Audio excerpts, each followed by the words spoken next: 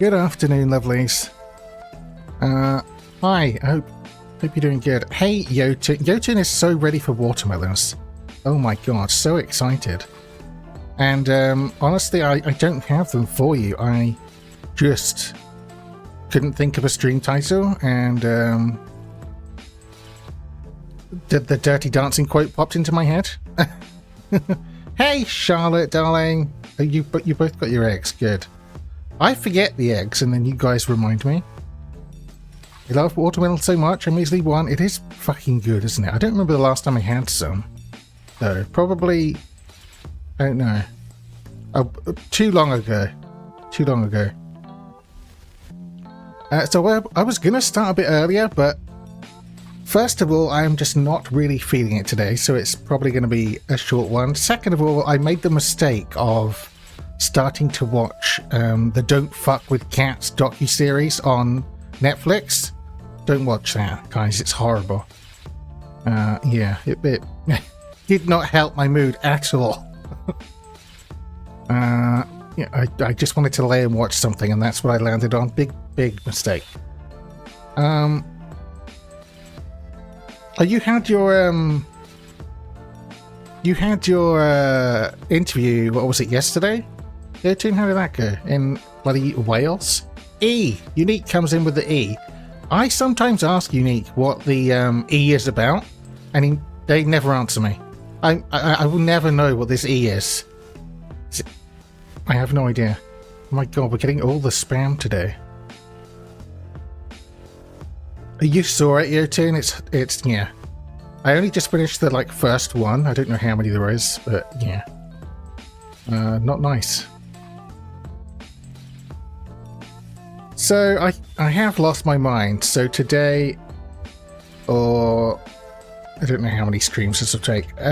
We may not get a lot done today, but what are we doing? You guys are gonna hate me. Wrong screen. How do I don't have this one on the button.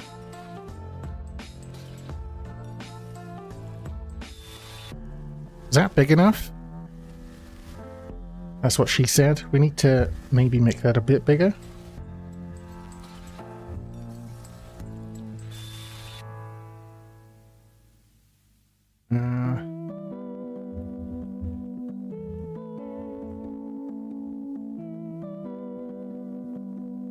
Hey Jed, how you doing? Yeah, it was good. Just will be nice to know soon if I got it or not. From what I gather, we're all quite closely matched.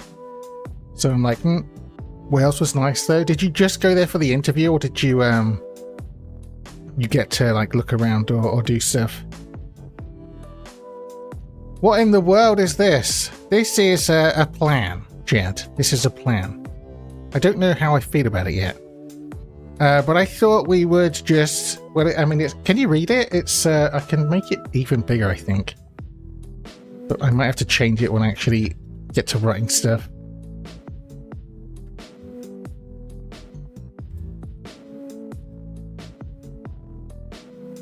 The interview... Oh, the interview. But I have a mate that lives there, so I arranged to meet up with her too. Ah, cool. It's cool that worked in. Had some lunch and a catch-up. Nice. I'm looking forward to eating probably a Subway later, because your comments don't appear to match. Well, I kind of writ this in Markdown, so this is not a comment here. And this just signifies a code block. That's why. So yeah, these are not comments. These are headings, actually. They should actually have two. Like that.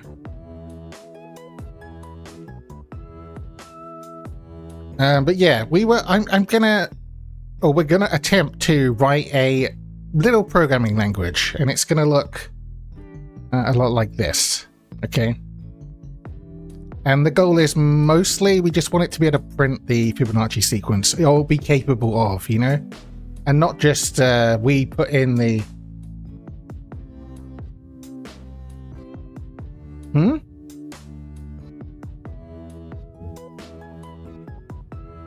The R1 and R4 under registers says one thing, but the inline comments on the load statements do something completely different.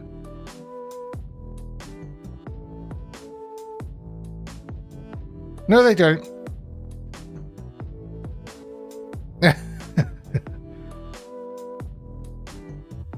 You looking at these bits?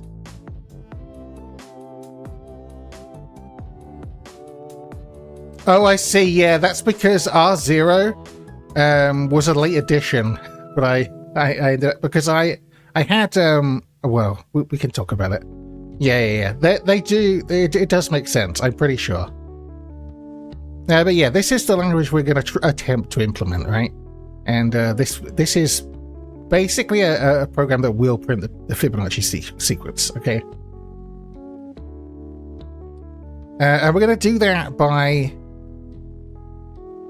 writing it like a little virtual machine, which is it like kind of emulates a CPU. But yeah, this is what our like program will look like that we're trying to make run. Explaining what registers are used for is always janky. It is, isn't it? I've been learning Python by doing problems from Project Euler. Same kind of idea.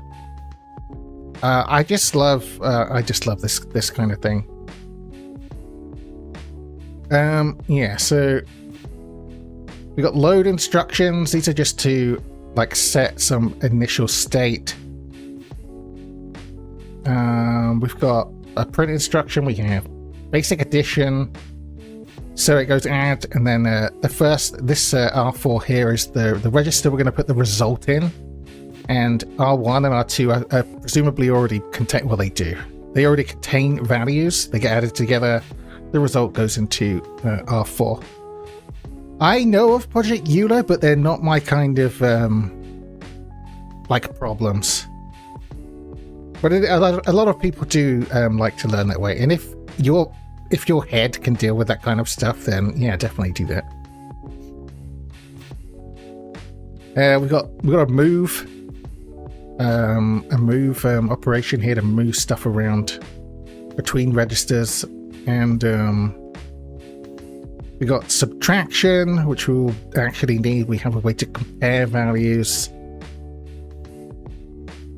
and we have a way to jump, which is going to be important because we need to kind of loop. And I just explained what they do. Add to numbers, sub to subtract one from another. Yeah, basically what I just said. Load to set a register to a literal integer value. So there's another way we could have done this, and when I first was like trying to figure out what I wanted my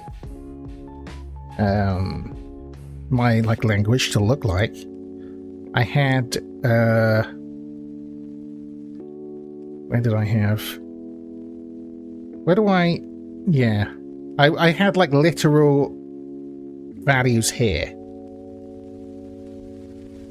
But that gets kind of... it kind of complicates things to do it that way. Wait, what did I have written there before the R4?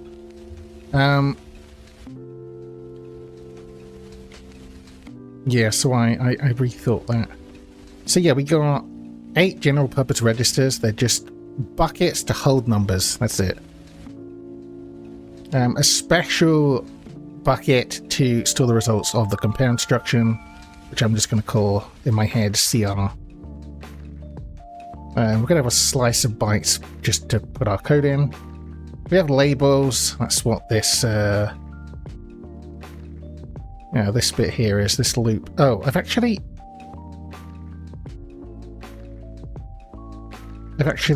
swapped around how I wanted it. I wanted to prefix labels with a colon, but I put it after. But either way, I guess we should make it aligned with what I writ. I mean, it doesn't matter. Either way works. As long as we know. Also reminds me of Shenzhen IO and TIS 100. I have both of those games. They're good. We almost played Exapunks today, but I don't know. I was very indecisive. So that's the plan, and this has like a whole bunch of steps you need to take, and maybe one unnecessary one that we're probably still going to do or try and do, and that so we'll need to read in the code. We're going to do something called lexing, which is we'll be like, it's hard to explain. Lexing is sometimes it's called tokenizing as well. We'll break it down to remove all the white space. We like get it. Oh, it's hard to explain. Hang on. How do I don't know how to explain it, honestly. How do you explain tokenizing to someone?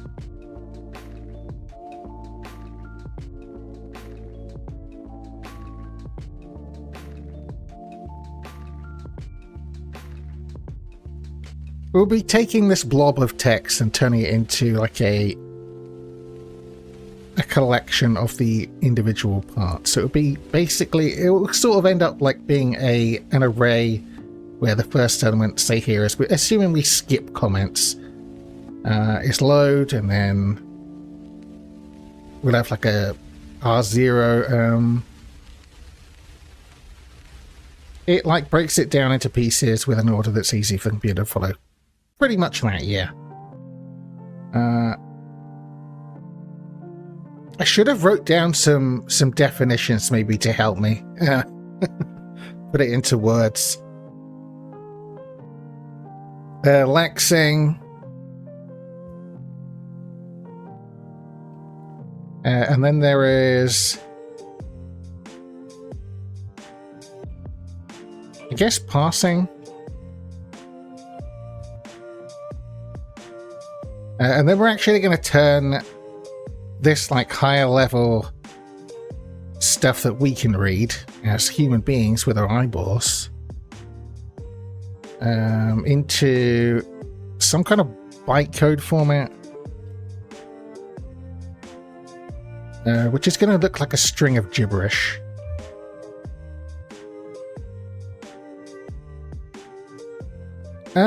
I would say that's more of like a parsing thing than tokenizing.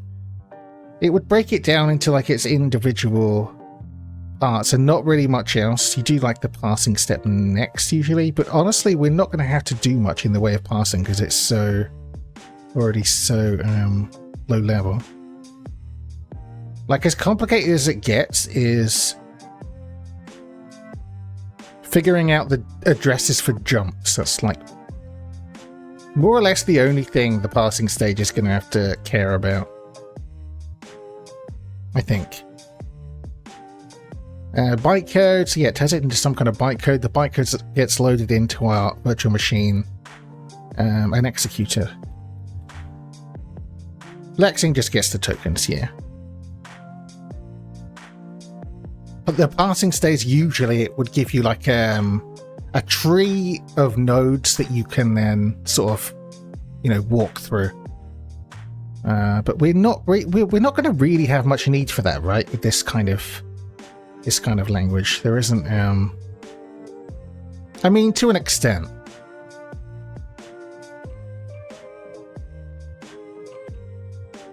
It won't be like a complicated tree, will it? At most, we have to like string these operations together. Yeah, it'll be fine. So yeah, these are the steps.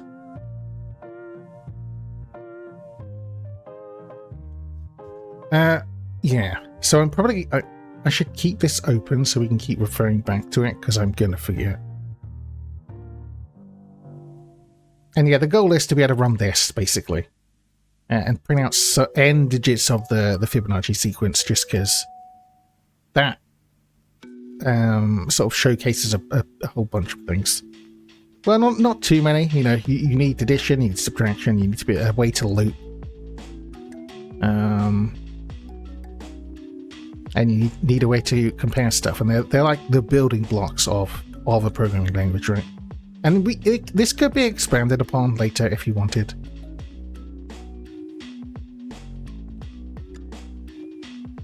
Yeah. Anyway. Oh, it's got my... Yeah, that's fine. I called it peeps. I was thinking of, like, baby chickens peeping, you know? So... I think first it would make sense... Oh, this isn't very big, is it? I need to sit better. This is not cool.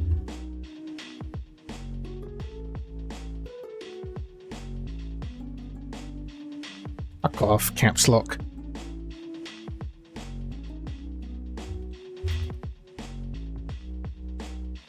That better? It's hard to tell for me. I think first thing is we sort of define the layout of the virtual machine in a struct.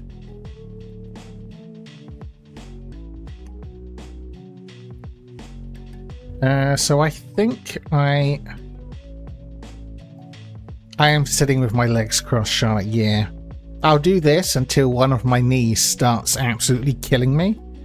And then I'll put my feet down, my slippers back on. It's just how I do it. You just knew, didn't you? You know. So what did I say? We're gonna need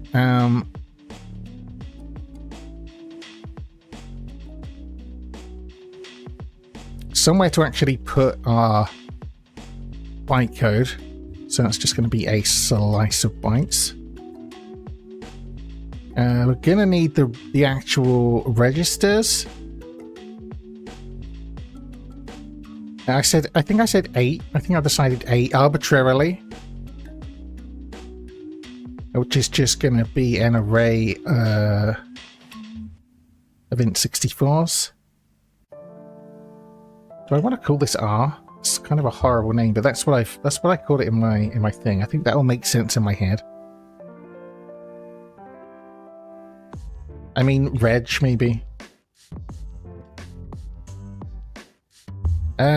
What else was there? You do know me. Poor thing.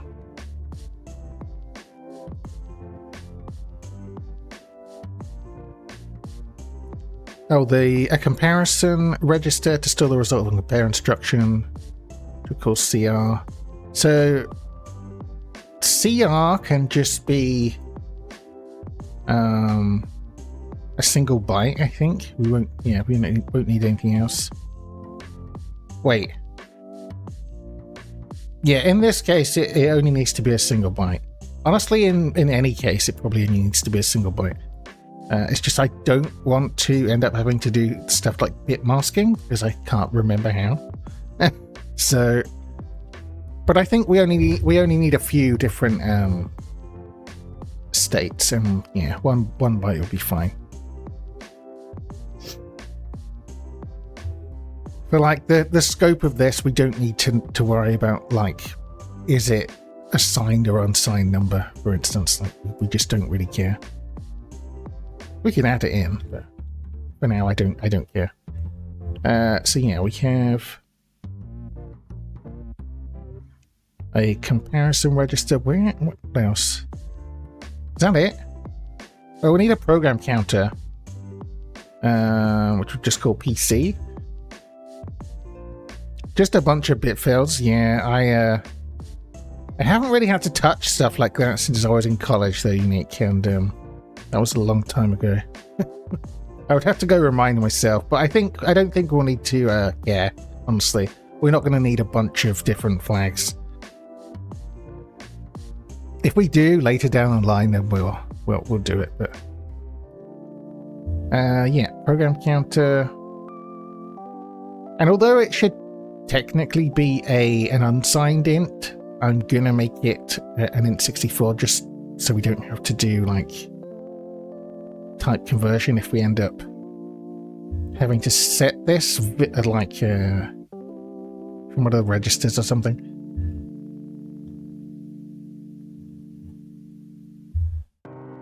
Is that more or less it?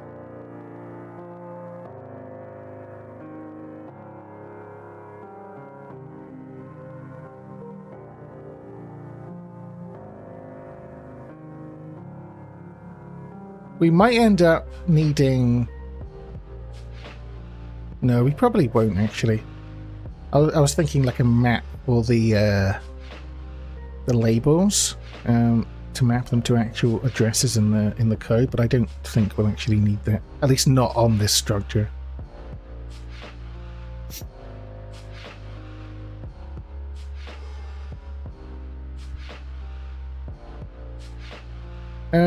Okay, how is this gonna start?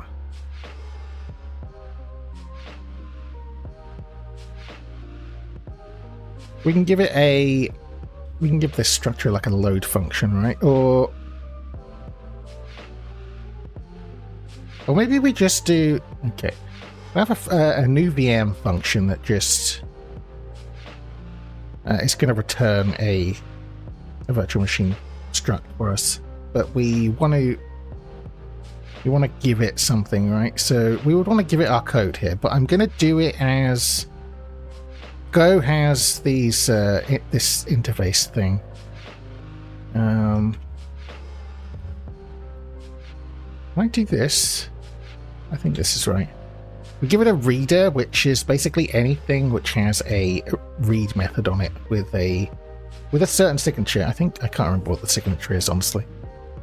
I think it's just like this.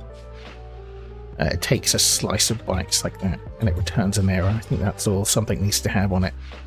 But it means we can pass in like a file, or I can just make my own reader if we wanted to do like tests for this thing, like strings.reader. We can do that and just make one and pass it in. Just makes it a little bit more flexible. And we would want it to return does it need to be a pointer to the VM? I mean, it doesn't hurt. Sure, it doesn't hurt. So it's a bit weird that we read it in here, but it's fine. Oh, hang on. We actually... No, we don't need to return an error or anything here, do we? Maybe we do. Yeah, we might need to.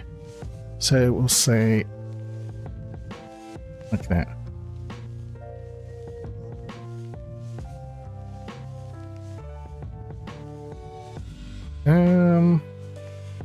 I think we could just read all.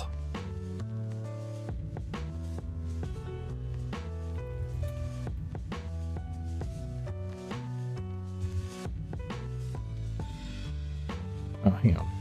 I didn't actually name this. We could just call it R.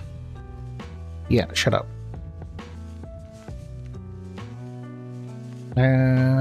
Sure. Yeah, I think this is right. I think there's an IOUTL package. I haven't had to do anything with this for a little while.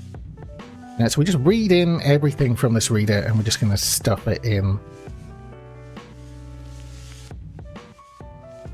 Well, yeah, we'll make this struct. We'll stuff it in there. But first we need to make sure nothing went wrong.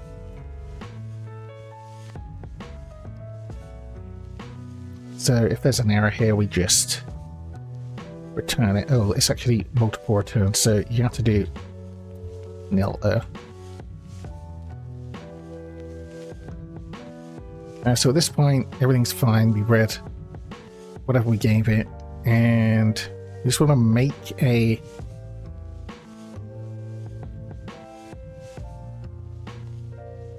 Let's do it like this. Just want to make one of these VM structs, put the code in there. So we can do it like this.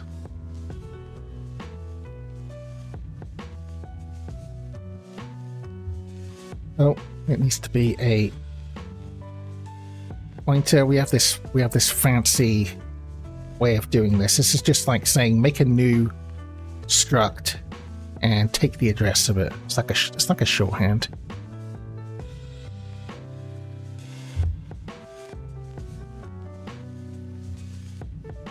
And then we just return it. And no error. I think that's fine.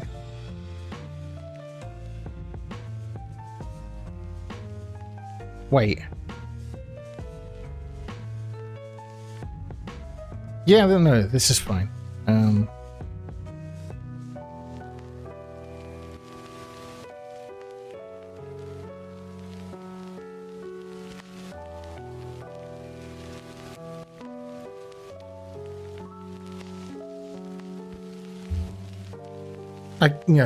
I guess we're looking ahead to a place where we have like already compiled into bytecode, and this is what we're reading in there. So maybe I need to give this a new name, like new VM from bytecode, because this is where our like compiled code is going to go. I haven't not.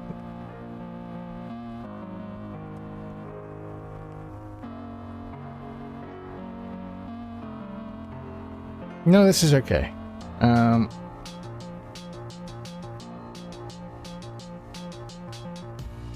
Yeah, okay, sure. We're going to need a... We'll have to do this again for, like our high-level code. Am I dumb? This is going to be exactly the same.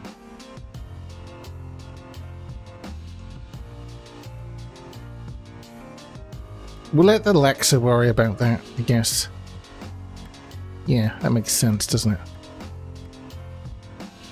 So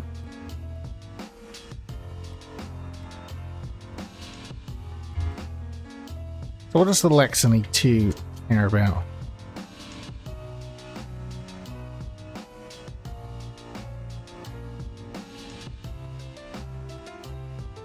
It's going to care about having a list of tokens, which we haven't defined yet.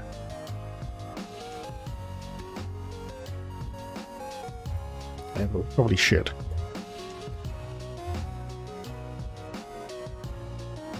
A token is just going to be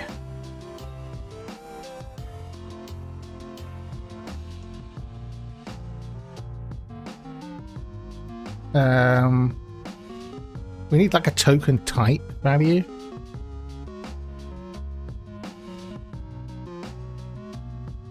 And then just like the literal string that, that represents the token, I think.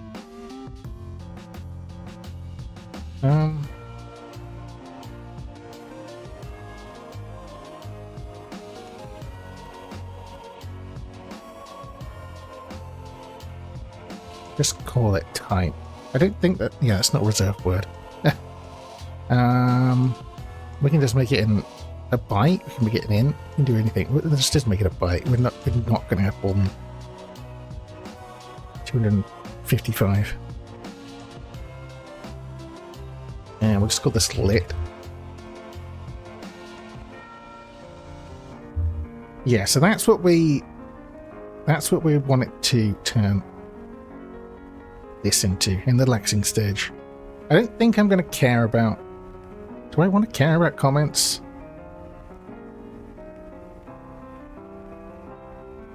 I mean, we can. It will disappear by the time it gets to like the bytecode stage, but that's fine.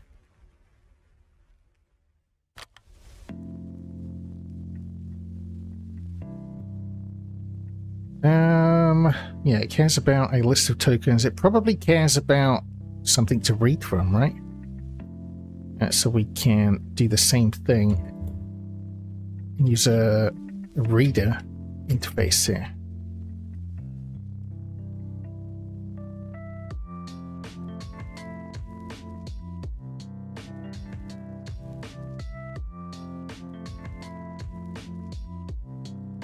Maybe we should define the token types.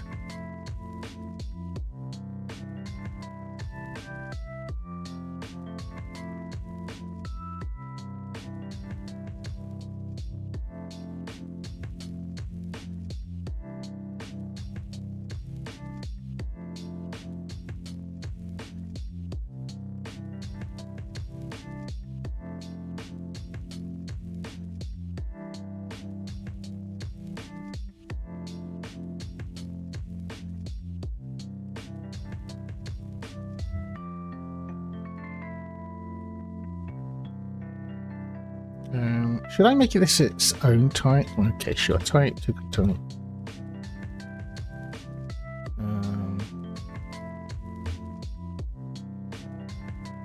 Let's make it an init, just because it will make it easier.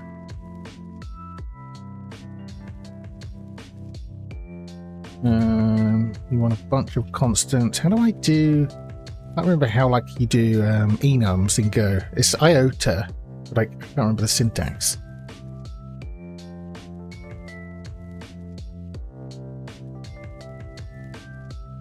Hey Cosmic, how are you feeling today?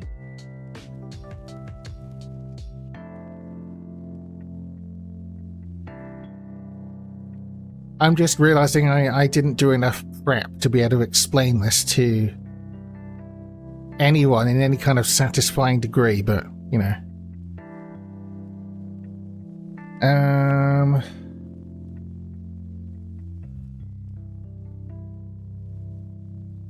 Not great, but not terrible.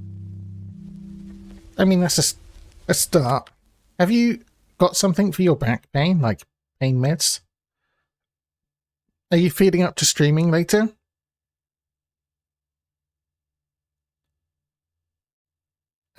So yeah, we need tokens for all of these, like, keywords. So easy one is token literal, which is like a literal, you know, when we've said 1, 1, 0, 10, so that's a literal integer, right? So we'll just call that token literal. How do I do iota enums in Go? Got the strongest over-the-counter painkillers they can give me, and they gave me 80 of them. Oh, good. Do they help at all? At least a little bit. Gonna try and stream. Probably won't be the longest, but I want to try at least. I'm in the same boat today. I'm not really feeling it today, so it's going to be a shorter one. Wait, I need to Google how to do enums in Go because I've forgotten. I know it's iota. Time to take all of them at once for a really fun stream. Hell no.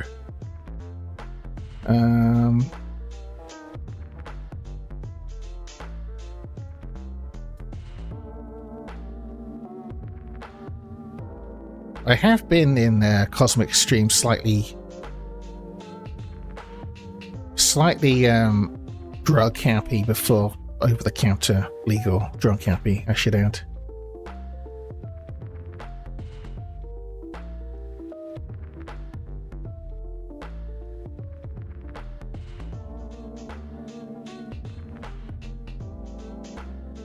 You'd like to remember what you did, would you though? Like, sometimes I wish I could forget the dumb stuff I've said, but I guess not everyone has that problem.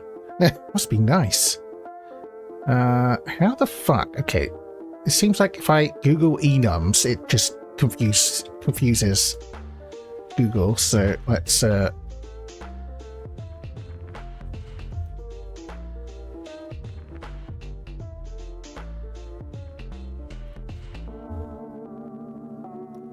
iota.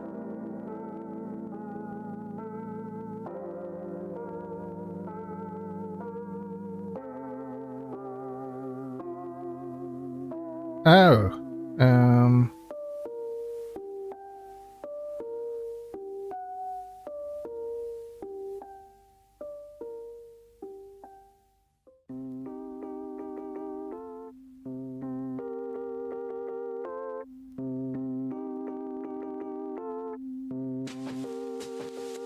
this is so dumb.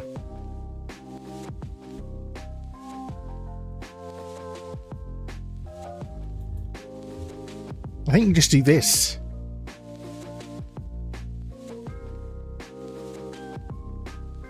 And then this is going to be, yeah, it would make this one 0, and then we don't have to keep writing this. It just kind of enumerates them for us.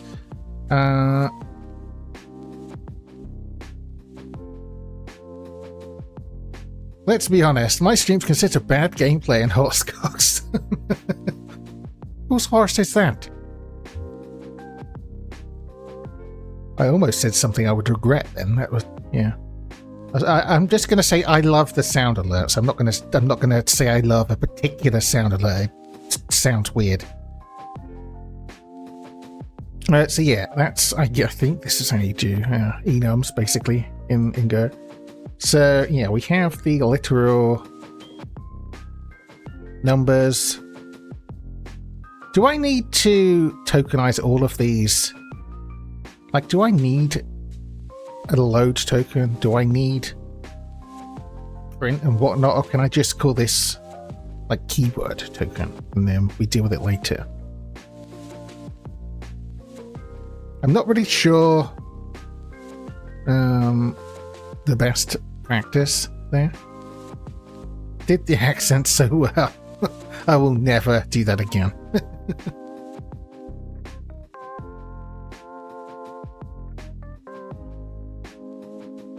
I could just...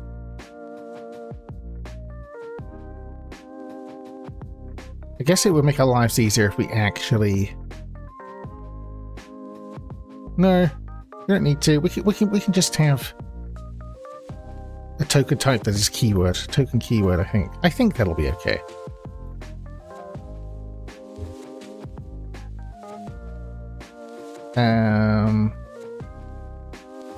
We need one for the registers.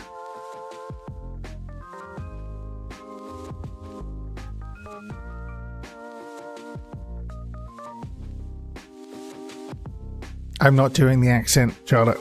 I'm sorry. I can never do that again.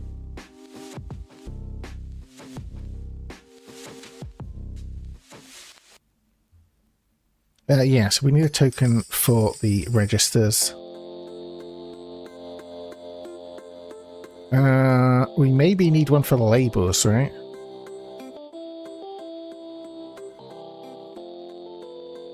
And we should add comments, sure. Let's add comments.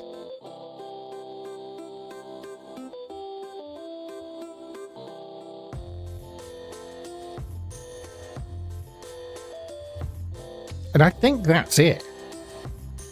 I think that's it. Am I missing anything? No. Doesn't like this one bit, does it? Oh, it's because you don't do this. I think you do that? Oh, for fuck's sake.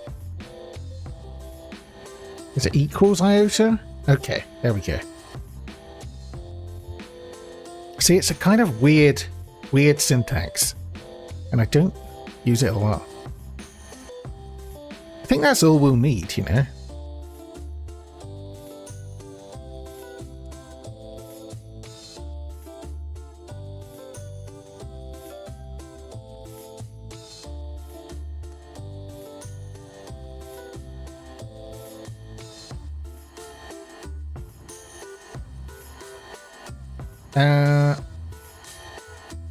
So we'll do the same thing and make like a function to make Alexa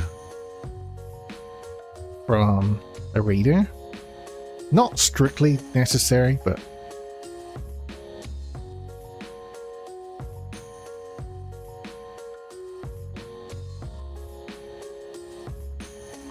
it'll just return Alexa.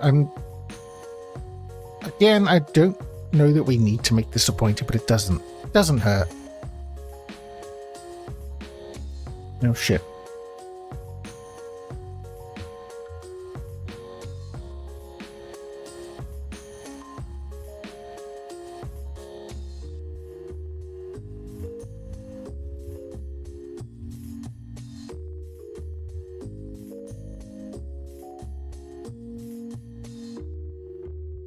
I think that's it.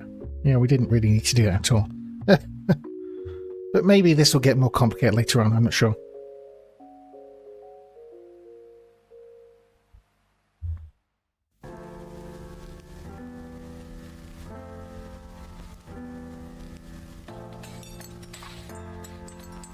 We might want to start writing tests. for this. Do I want to be that boring? Am I that guy? Might be that guy.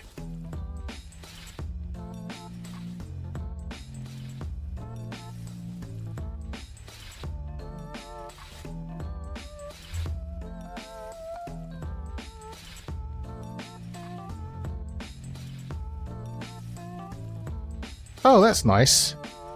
Him go kind of sets me up when I give it the underscore test thing. You know the answer to that, sweet. Do I?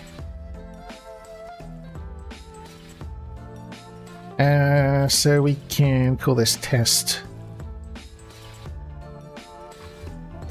Test Laxer. I'm going to have to look up how I'm supposed to use the testing package in a minute because I have not written tests in Go for a while. But it is cool. It's a cool package. I like it. You can get fancy tooling that will like automatically run your tests in the background and give you shiny green tick marks and stuff, or nasty red crosses when stuff is broken or working.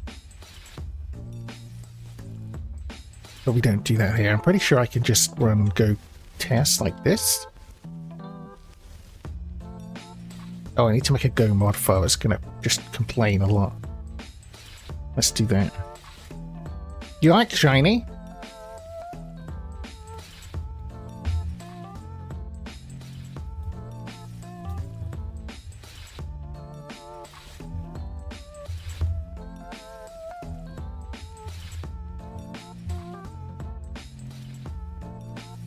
Oh, God mod in it. That's not right. Apparently I can just command God not found, but can be installed. Or we can just install God if we want. It's not install God.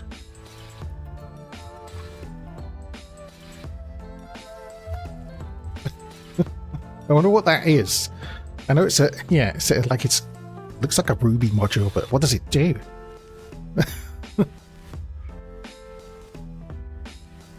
So yeah, now I think Go test will just work, right?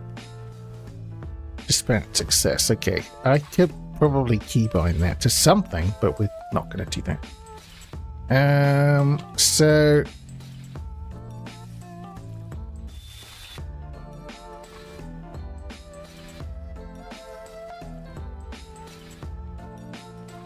if I just have a list. String we'll do we'll just paste some of this stuff. Test name Zig. I don't know Zig. Yeah, that's not bad. I love Go because it's boring though, you know, it doesn't do anything fancy. It's like lack of features as a feature, so you don't have 100 things to keep in your head, you know? We can just steal some of this. What's a good example? We would like...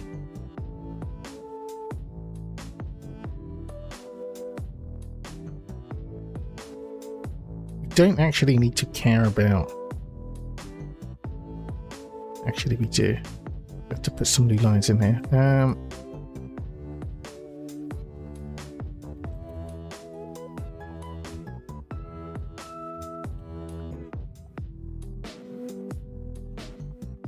We can do it like this for now.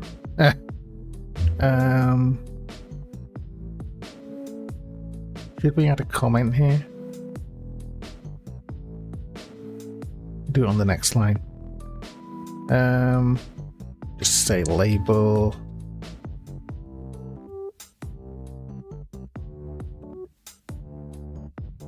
What else? Just so we catch everything.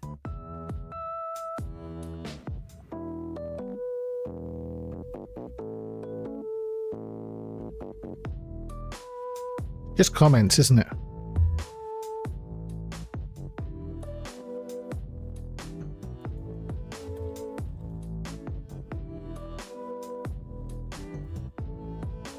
So we would expect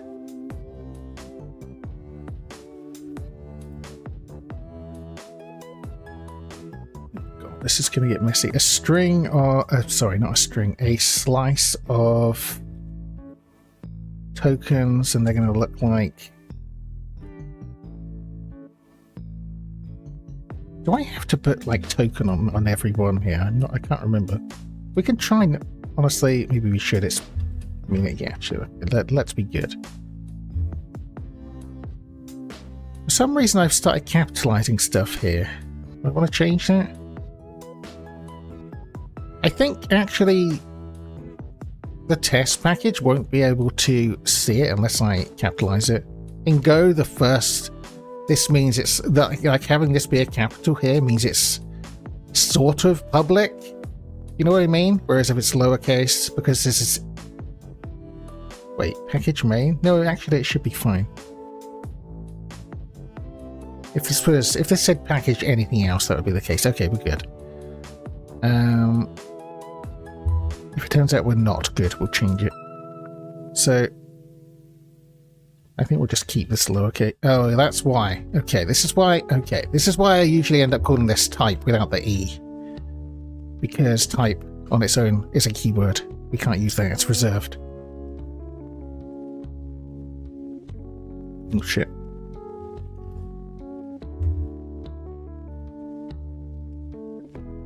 You tried to go a while ago and got really confused by the capitalization thing, right? It's a bit different, isn't it? It does catch people out, yeah. So we would expect what?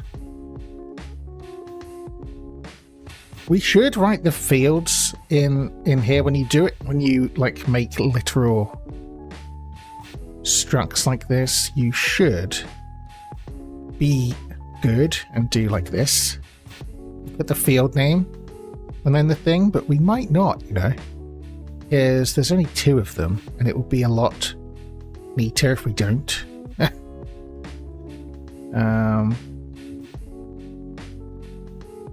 So for the load, it would be what? It would be a token keyword.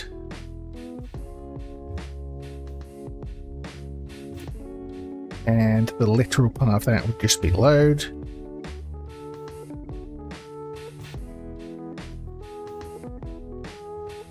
We might even be able to get away with doing it like this, but again, that's... it's not really a good practice. Like, explicit is better than implicit, right?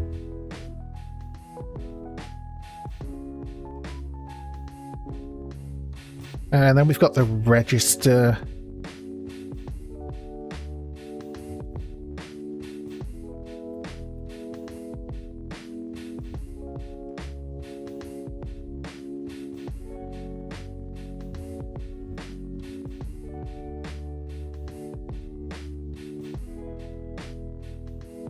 but yeah, Go is pretty cool, unique. If you can live with like no frills and get your head around a few of the oddities. There's not too many, honestly. It's very cool. You can be very productive in it.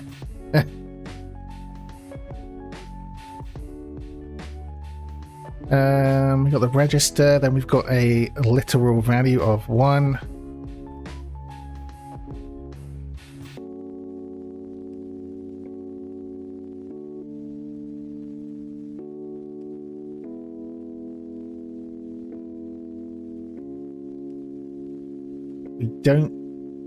We're not going to have a new lined thing because we don't care. So then we've got a label. Until you tried Zig, I'm going to have to look at Zig, aren't I? But I can already tell it might be too fancy for me. Token label.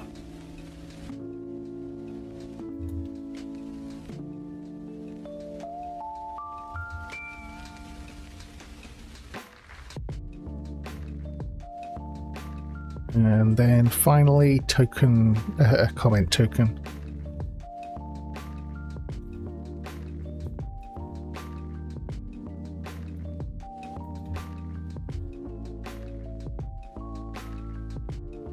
So that's what we would... If where have I screwed this up? Oh, I haven't ended this.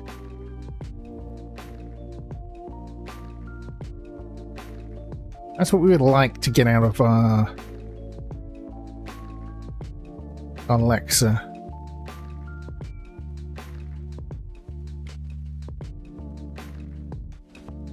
Doesn't do that much beyond like normal language stuff. Oh, okay. Is it newish? I don't think I've ever even heard of it. It's a cool name. I like it.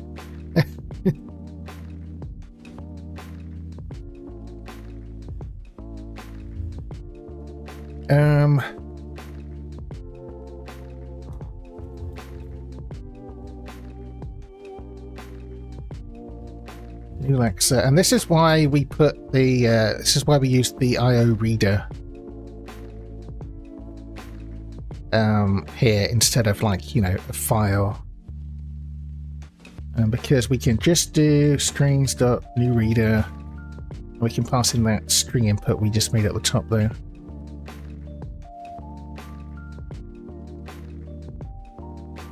Why am I doing Lexa equals? It's this is something else that confuses people with Go, right? The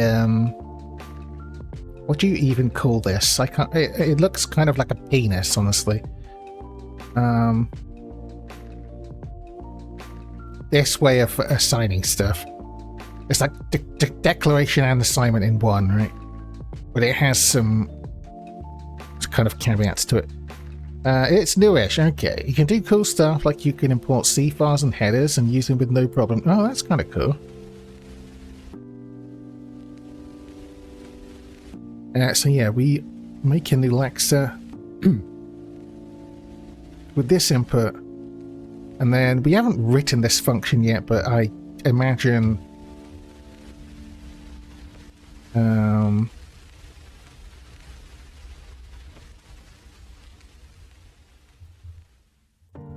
we want to be able to call, I don't know, let's just say let's call it a function called Lex on this Alexa, and it just returns a slice of these tokens.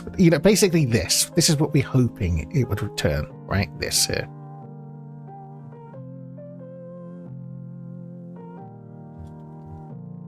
So this will fail if we run this test, because we haven't made this Lex function yet, but that's fine.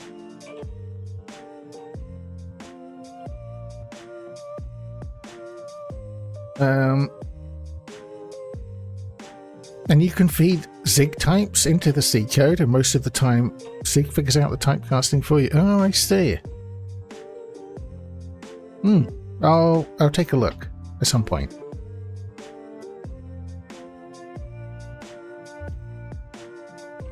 Now, I can't remember how I can easily compare these. I don't think... Do I have to do like I think I have to do a deep equal. Let me Google.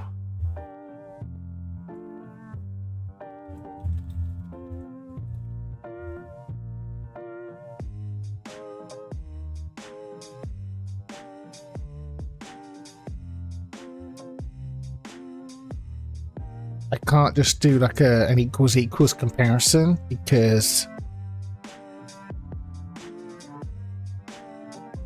slice can only be compared to nil.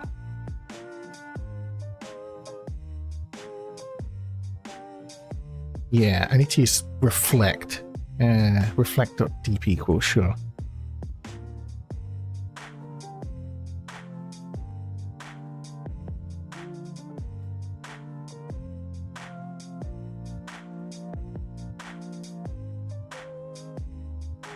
But first, I guess we can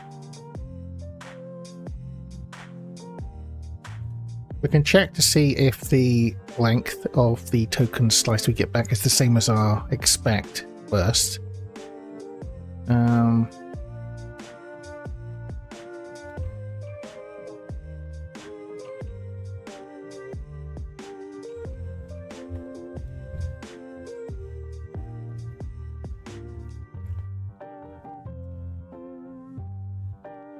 Is this how you use this? I can't remember how you use the bloody testing package. T.fail. One of these will like fail but keep going and check the rest, and one will sort of you know, stop everything. I can't remember which is which. Or the names of the other one. I only remember fail. And also we probably want fail F. Is that a thing? Can I get auto completion for this shit? I can. I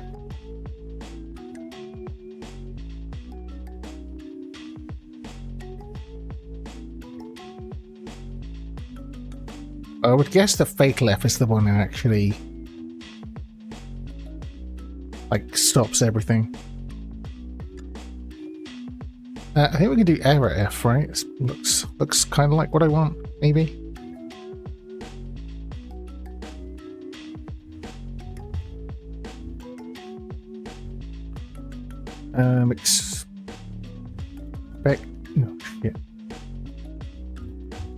Expecting length of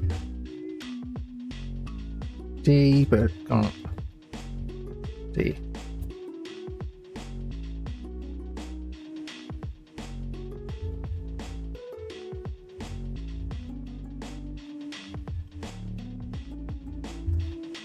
Sure. Can I resize this? Jesus. Okay, no.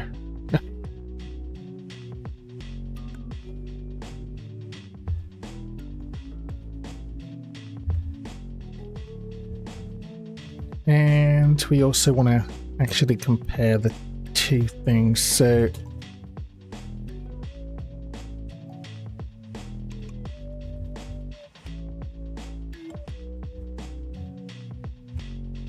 I love that I have no idea what's going on, but I'm just happy to listen to you talk about it. Thank you, Cosmic. I need the company. I should have done more prep, you know, because there's stuff I wanted to talk about, but and like stuff that I know, but it's difficult to put into words, like any kind of reasonable explanation. So maybe for the next continuation of this, I would sit down and write some stuff, put some stuff down into words in advance, you know. We'll see. So yeah, we want to compare our expected result with the one we actually got. But yeah, you have to use reflect.type equal for this because, yeah, an equals comparison is... First of all, I don't even think it works unless you compare it to nil. If it did, I think you would be comparing like two memory addresses, like they would be different, so it would not do what you want it to do anyway. So that's why you have to do it like this, and this is actually going to look at the slice and each individual element and compare them that way.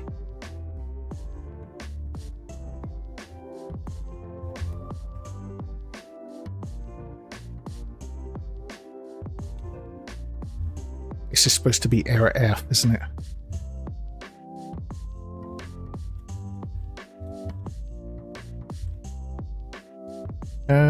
What do we write here when it's wrong?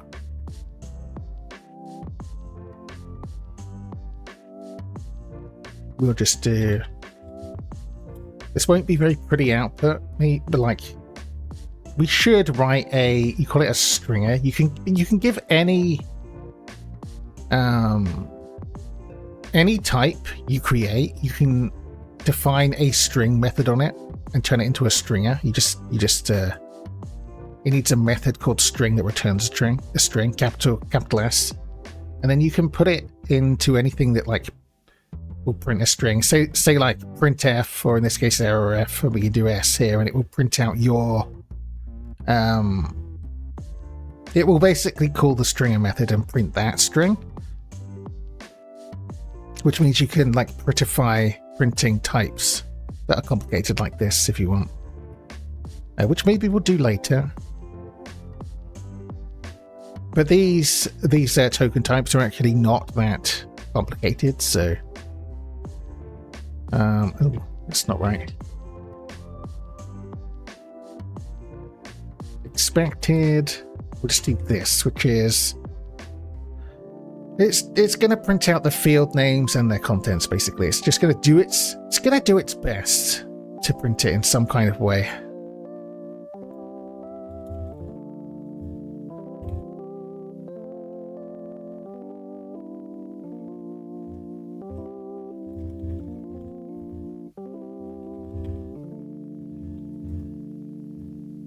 So now if I go test, that should fail because we don't have a Lex function.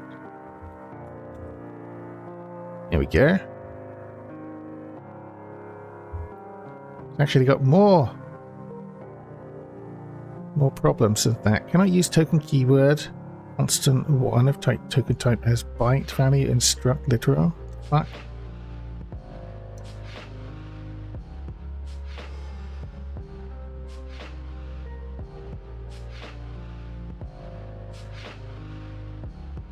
Oh.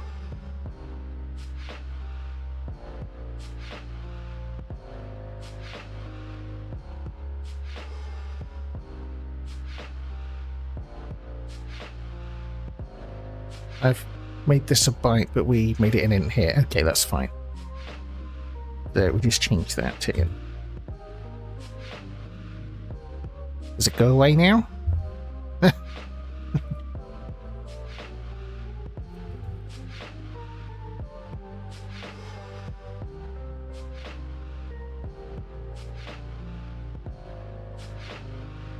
Oh, because I'm dumb. We need to actually make this token type.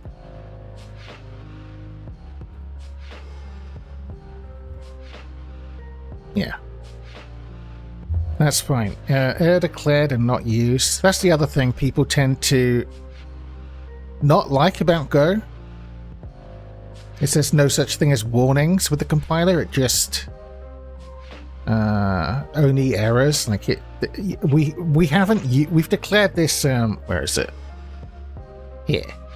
Okay, we've declared this variable here, but we never use it. We never check it, and so it just refuses to compile. I don't care, but a lot of people hate that. A lot of people hate that. They're like, please just let us have warnings.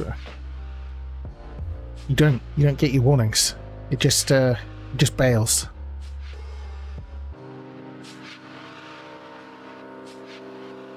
So we actually, I mean, we can actually get rid of this error pretty easy, because we should check it, because this is like a happy case. And this is like a bit of a lazy test, actually, because it's only a happy case. We maybe should have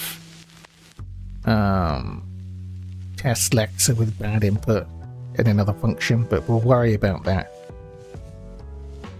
later. Everything happens later, guys. Later on. We do that later. We'll do that tomorrow. So we'll check this error value. If does not equal nil, we'll just expected no error. Later, TM, exactly that. There's always later.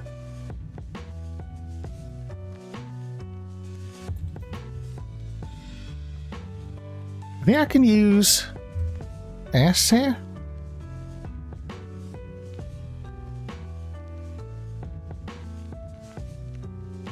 Maybe not. Let's use V. If in doubt, just use V for this. Okay. So now that should get rid of declared but not used. Yeah. Lex undefined. That's where we should be, because we haven't made this magic lexa.lex function. So maybe let's do that.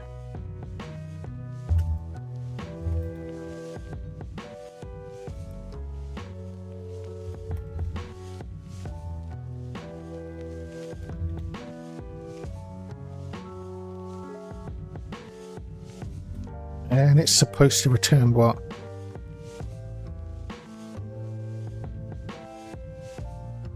A slice of tokens and an error.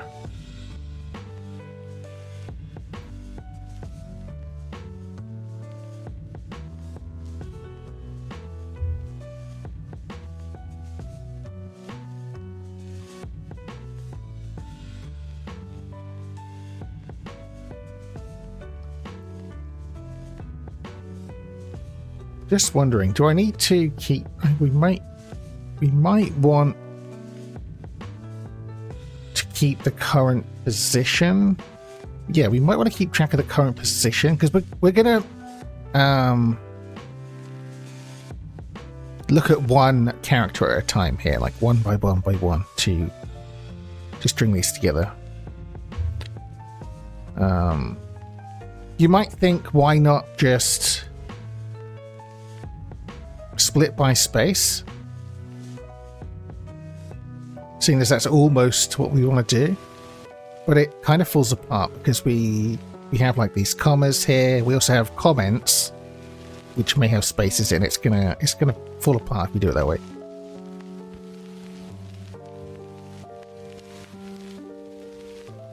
So no, we don't do that.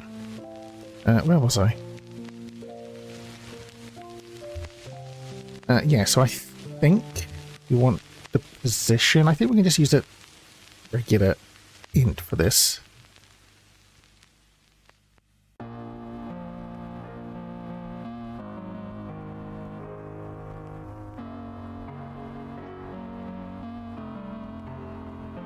Now there is like a scanner of some description. Hang on, I'm going to Google again. Where's the docs? I think it's buff.io. In the buff. Wait.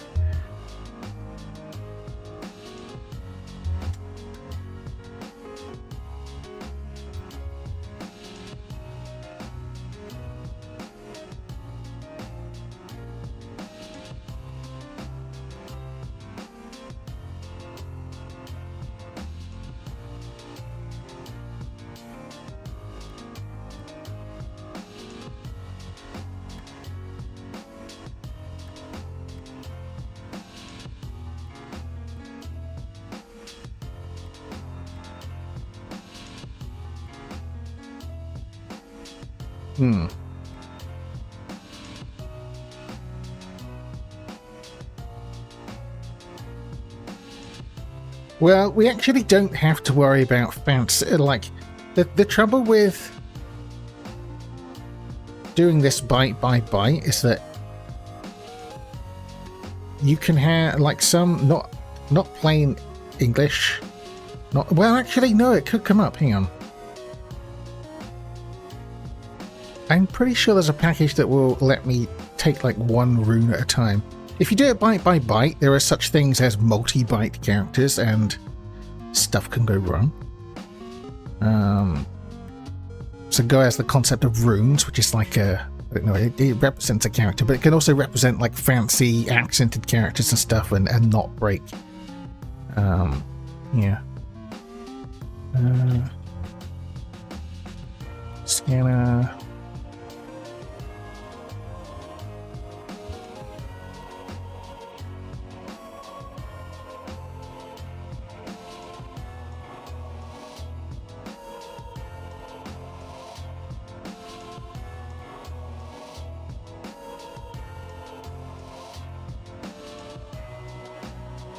Oh, we have a text scanner. Okay, wait, this might work.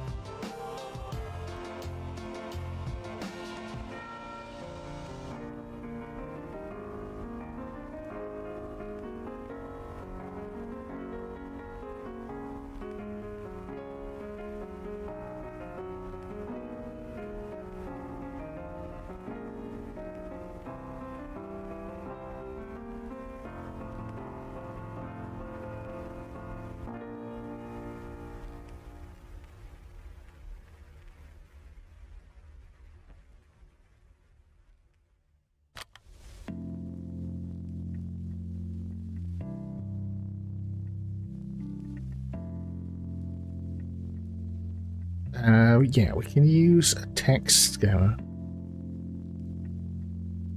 I'm gonna have to manually import it like some kind of pleb because my editor's gonna get confused with buff.io scanner, I'm pretty sure.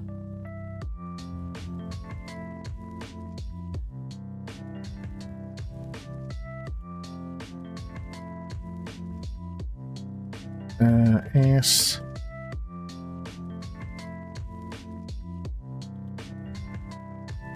Wait, how do we do this?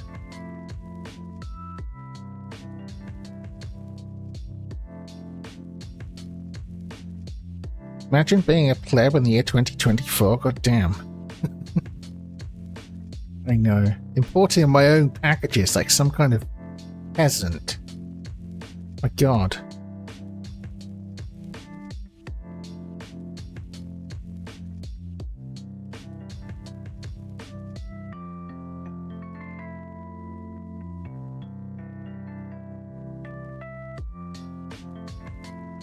Why does this work differently? Why have they made it different to like the Buffalo scanner? This is so dumb.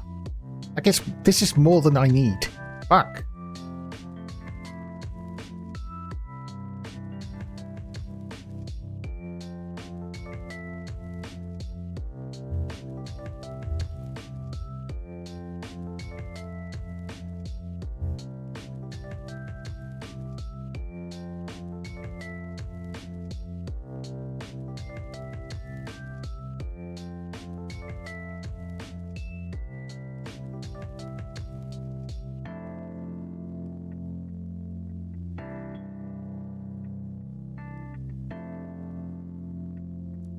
Oh, hang on. Okay. Okay, we don't need this shit. We're not going to use this fucking thing. I already hate it. Fuck off.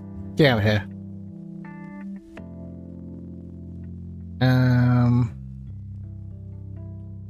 What we can do, because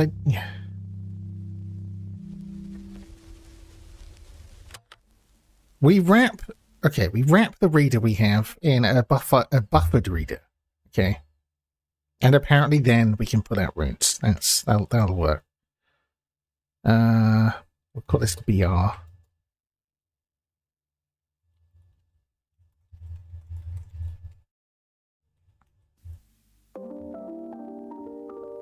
Like that.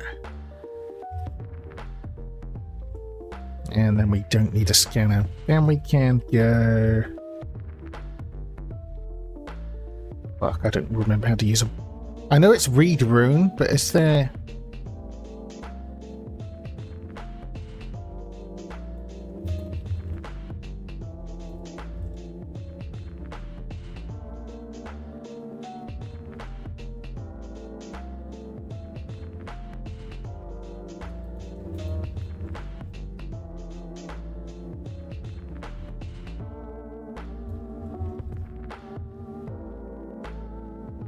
Yeah, we can't do it with a basic bitch reader.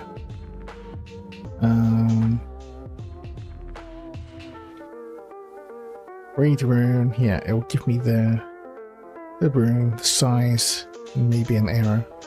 Okay, so we just do that in a loop, I guess.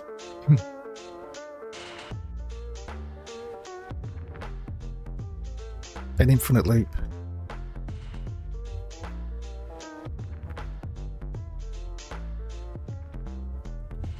We don't actually care about the size. We do care about the error.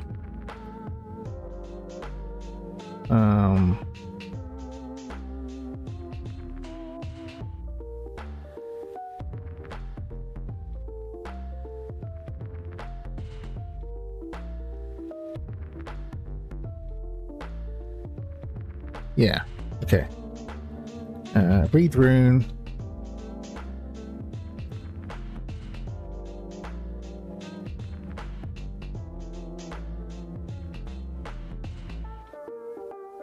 If this error is an end of file error, we need to break out of this loop, right? And I think the IO package has a just like EOF thing we can compare to here, maybe, yeah.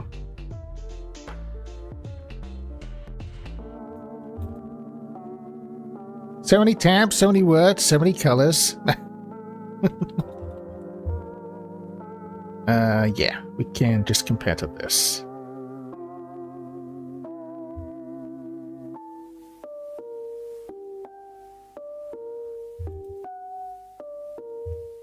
We'll just break.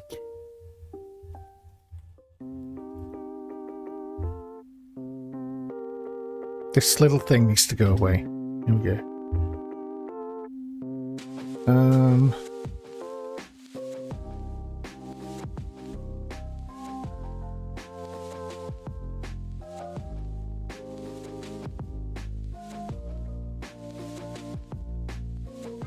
You know what I think we need, actually? We need a way of skipping white space.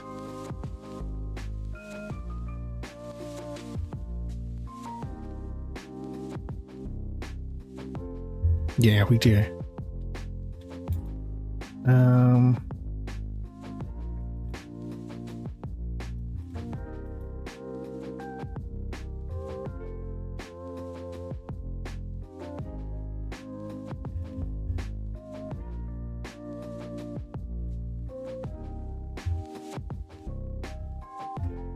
I've got a feeling we're not going to end up updating this position thing here. Maybe we'll get back to that.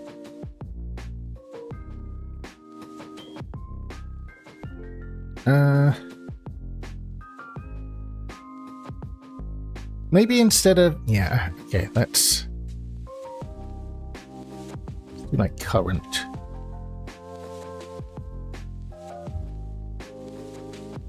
Instead. It would be... We'd be able to make better, like, errors for the end user if we do track the position, but honestly, that's a side quest. End user just needs to get good, I think.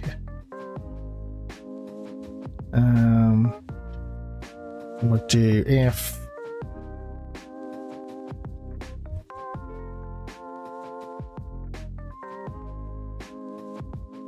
Maybe there's already a white space check thing, actually. Yes.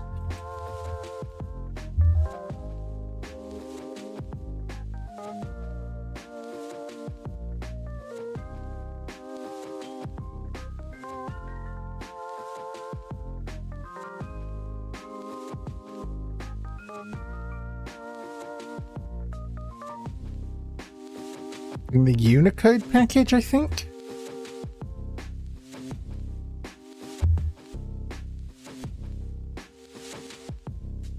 Is space? Yeah, Unicode. Okay, that makes things easier.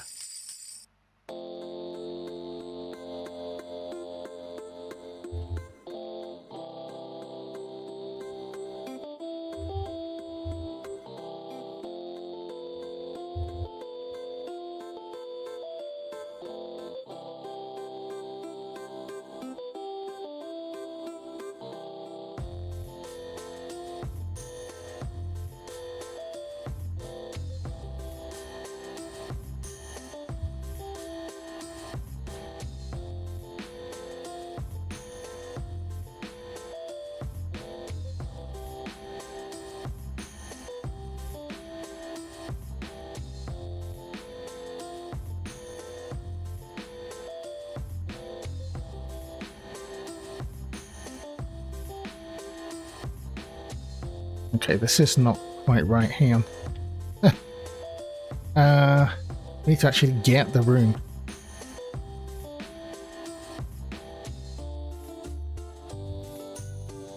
Or was that fine?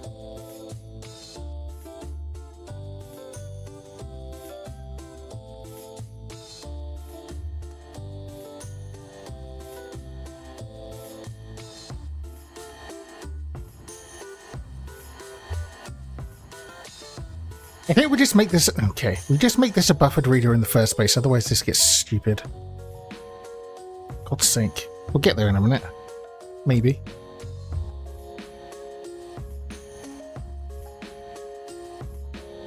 So, let's make that a buffered reader.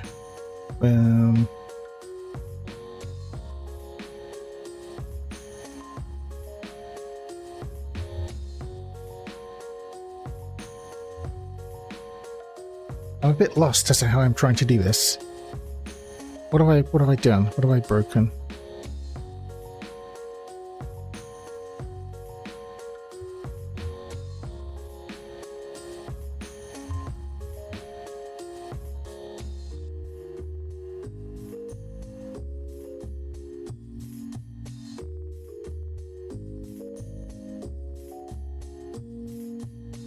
You showed Tom your screen and said, oh yes, that's a lot of letters. So many letters. So many letters. Now I'm hungry. I'm going to eat so much Subway later. Although, the last delivery I got, the guy... It was Papa John's, but sometimes they, like, pass it off onto Uber Eats, or at least they contract Uber Eats to do the delivery. Not always, but sometimes. And the guy texted me saying he'd arrived. Also, I didn't have my phone. I was downstairs. And it was upstairs. Like, 15-20 minutes later, he actually rung the doorbell, and the first thing he did was just complain. That was so hard to find your place. I deserve a tip. And then he kind of paused and looked at me, and I just said, oh, sorry, thanks a lot. But it's kind of like the way he said it. Like, he really... First of all, I have no control over whether you get tipped or not, because I didn't go through Uber Eats. Second of all, it's not my fault you couldn't find the house. And it's not like he'd even asked for help or anything. The only... Granted, I didn't have my phone. The only message he'd sent was, I've arrived. And he hadn't arrived. Yeah, so that kind of pissed me off a little bit. Like, I feel bad that he struggled to find the place, but didn't have to be kind of dickish about it. Yeah, it was the way he said it, like,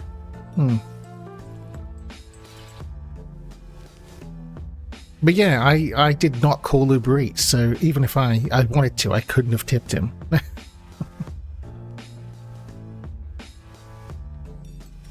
Granted, it is a little bit hard to find this place, but there's nothing I can do about that.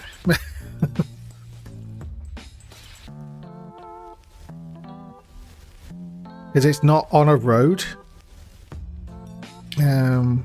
But it is like signed and stuff. Sorry dude, food is cold, no tip for you. Honestly, it kind of was a bit cold. My tip would have been get like GPS. You're the only person that has struggled to find it. How the fuck much do I want to do this?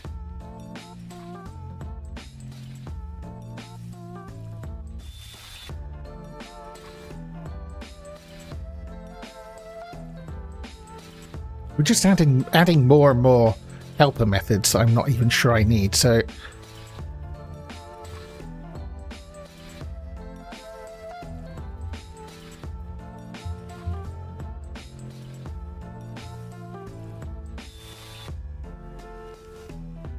GPS, if he has a phone and he has maps.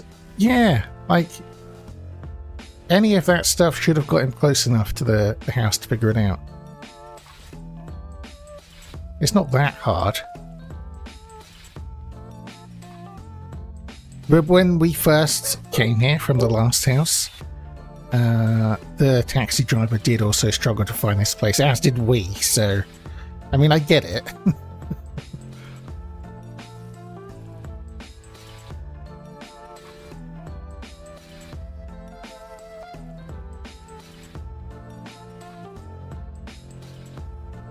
I'm having real trouble reasoning about this. What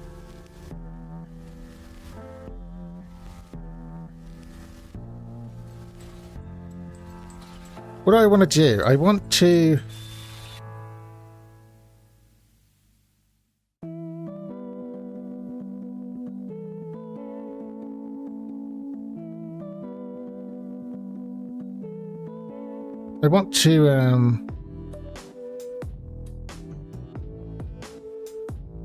If I can find the house without an address, he can easily find it with an address.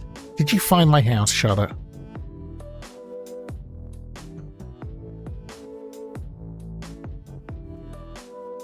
Are you in my bushes again? Where I used to live, Google Maps would send you in a circle around the driveway.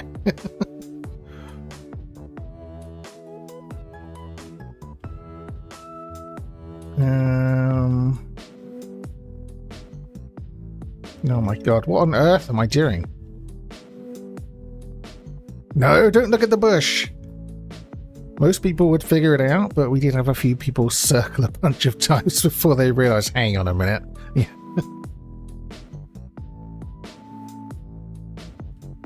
I think we want to do this, but we want to load it into this like current room thing. Basically doing what we've written down here, except putting it in here also. I'm not sure why I'm doing this, honestly. I'm sure it'll make sense later. TM.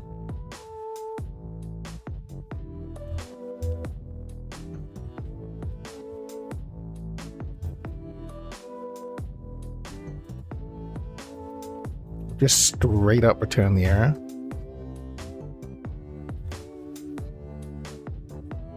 Otherwise, we're putting in here. For some reason, we are doing this, okay?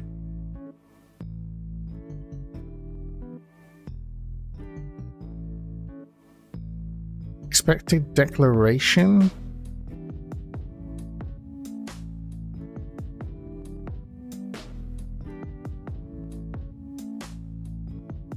Oh.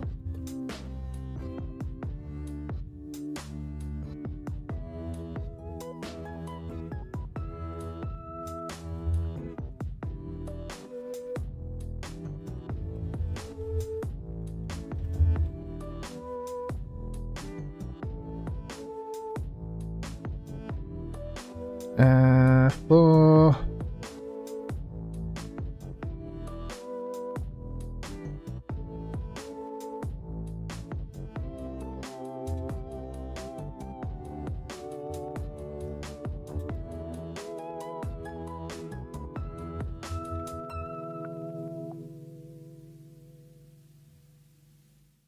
God's sake, if now.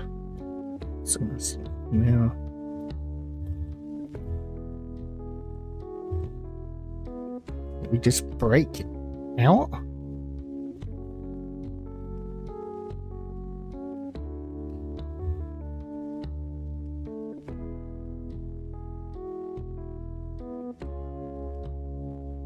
What did I do?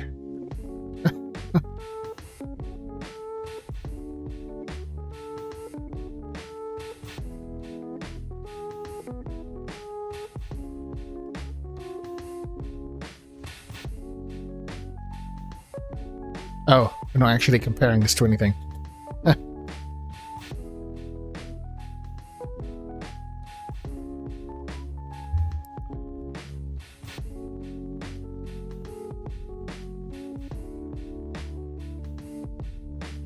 Okay. If L dot wait, Unicode is space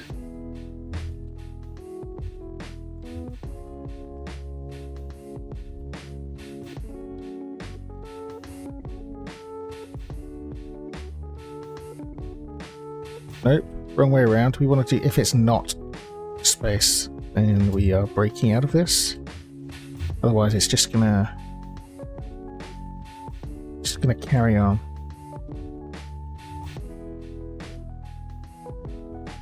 I think that's fine.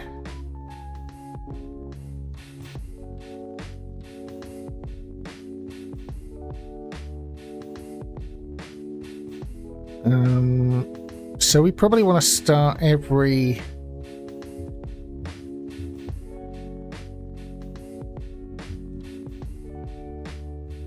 like iteration of this loop with skip white space.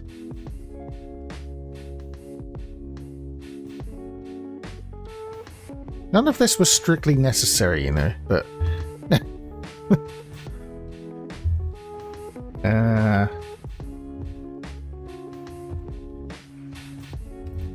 like that? Okay. Fucking hell. And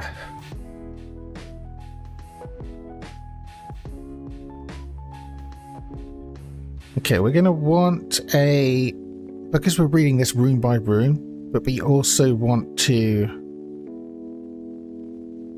like these tokens, they have, we want the entire like literal value. Like we're gonna read it one letter at a time, essentially LOAD, but we want to also be able to store the entire thing in this token. So you could do, I think there's like a fancy string builder. You could also just, you know, do concatenation, string concatenation. But I'm not going to do any of that. We're going to do We're going to use a byte stop buffer, I think.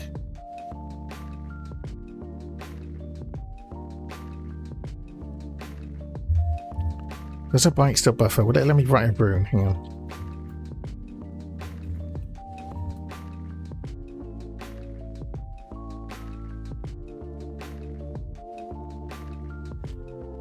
It will. So we'll just make a new byte stop buffer.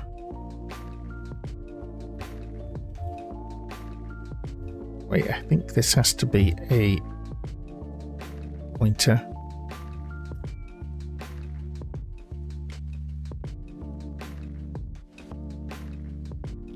So also at the beginning of each of these loops, we probably want to reset this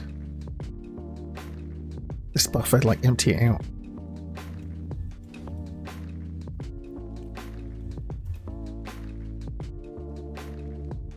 Is it reset? Yeah.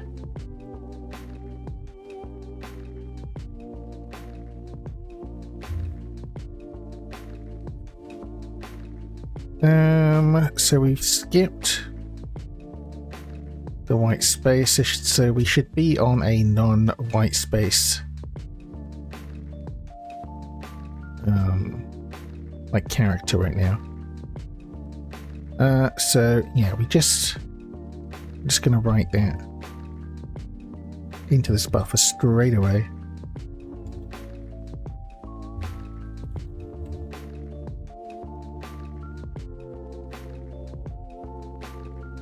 Is that what we want to do?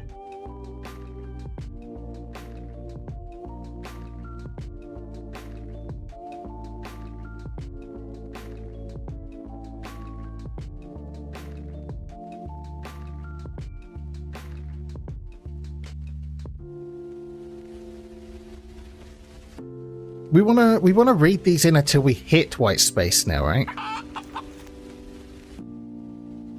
Hey Phantom, have a good look.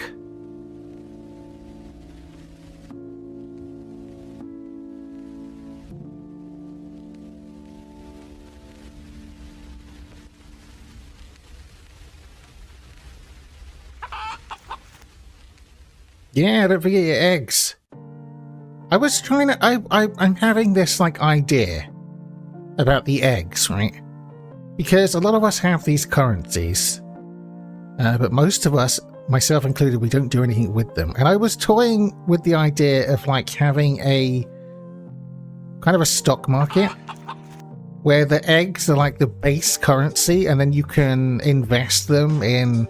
My original thought was the stocks would be just like different coloured eggs, but they don't necessarily have to be. They could be like made up punny company names, and then we could have like a stock ticker and leaderboards of who has the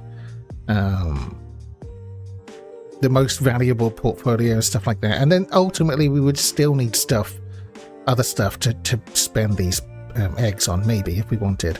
But I need to like nail down the specifics of time for me to write an algorithmic trading bot for it. Unique's gonna just, yeah. That sounds like so much fun. It could be very fun. There's like details to figure out about how it might work. Because there's a bunch of ways you could do it, because it needs to like fluctuate and be fun. So you could follow I could just like tie each one to existing companies and then exaggerate the fluctuations, but that might be too real to be fun. There could also be just like random fluctuations of the hour or something. There's a whole bunch of different ways that it could be done, but yeah. You could take the lazy approach and use historical data, right? But yeah. It would need to be exaggerated, though, I think, because unless, like, I specifically went and looked for very volatile stocks, because otherwise it's, like, too long-term, too not fun, right? But yeah. Dozy isn't lazy. Dozy is hella lazy. That sounds like so much fun. You like that idea? if I can figure out how I might want it to work, like the details like that, then maybe we can do that on stream.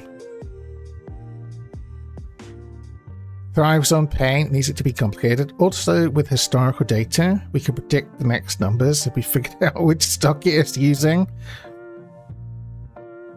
Unique just wants to get rich on my eggs. I mean, yeah, you could.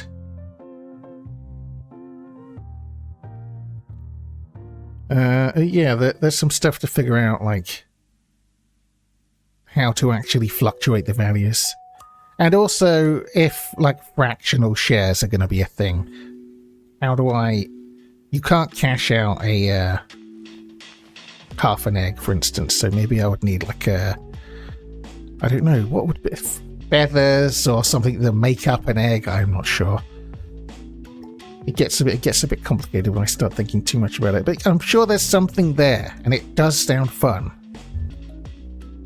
And I don't really see it being done, so... where was I?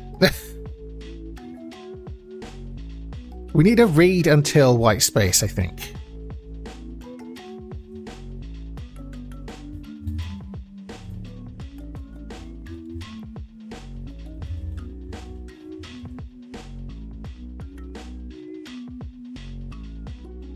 White space, or... This is just a horrendous name. Or UF. Oh my god. So this doesn't need to return an error or any.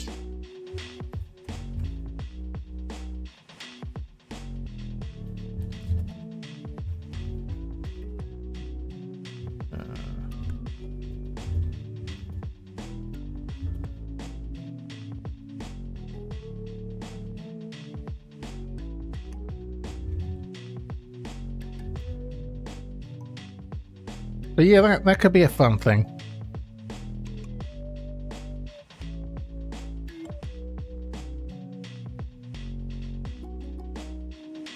Because, yeah, I just don't know what to do with the eggs otherwise. Hey, Muzzy, how are you? Have you crashed any more trucks lately? Although I see you've been playing a train sim. Is that cool? I don't think I've thought about buying it, but I was like, am I going to like this? But probably I would.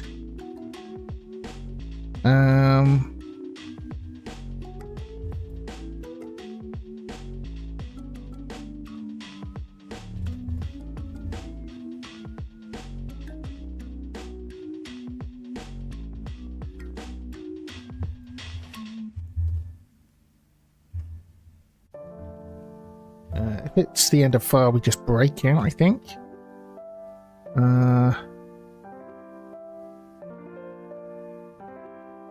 Oh shit, we're actually going to need to put this buffer on the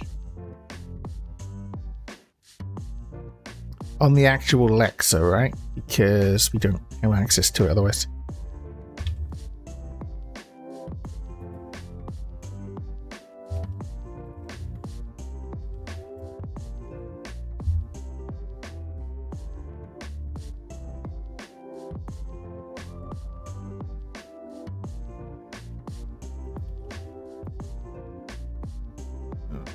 Let's make this a bit tidier.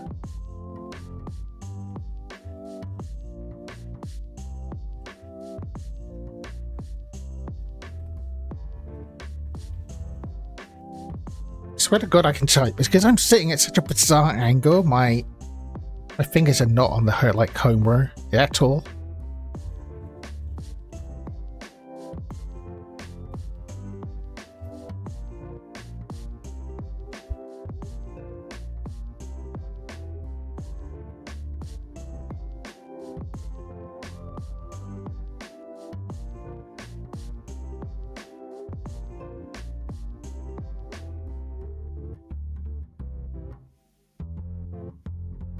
And so we don't need to do this here anymore.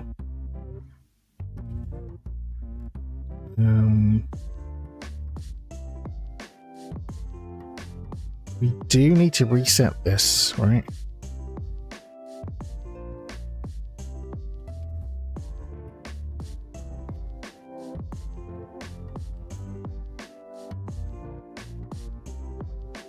Well, we're actually not going to be doing it.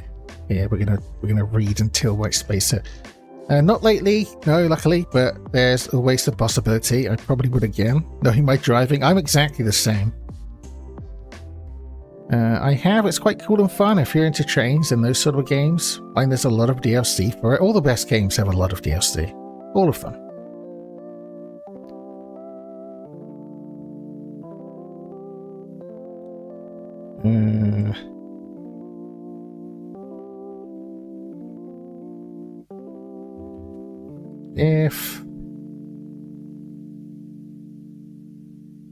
Wait, why am I using read rune? Like, we need to use next, right? We made the next thing for a reason, didn't we?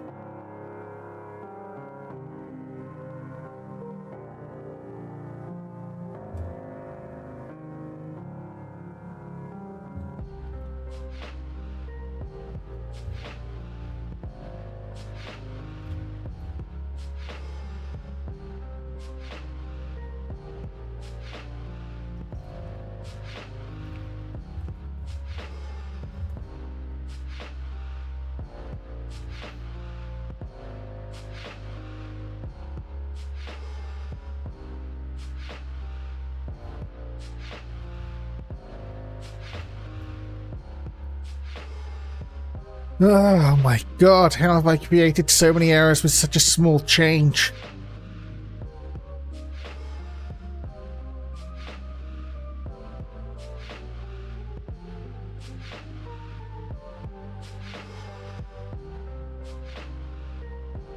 Well, there is no composite literal here, so what the fuck are you talking about?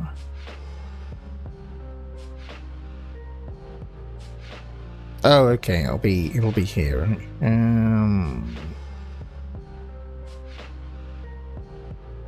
Oh, it's because this should be if. I'm gonna stop getting the shorthand, like, if thing wrong any minute now. Oh my god, one missing if creates 7 different errors.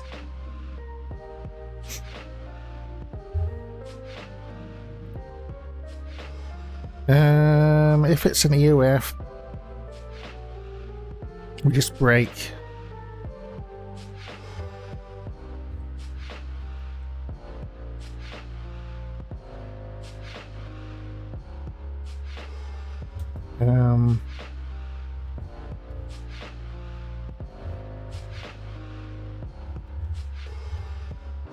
If it's a space, we also just break. Otherwise, we're writing the rune into the buffer thing we have.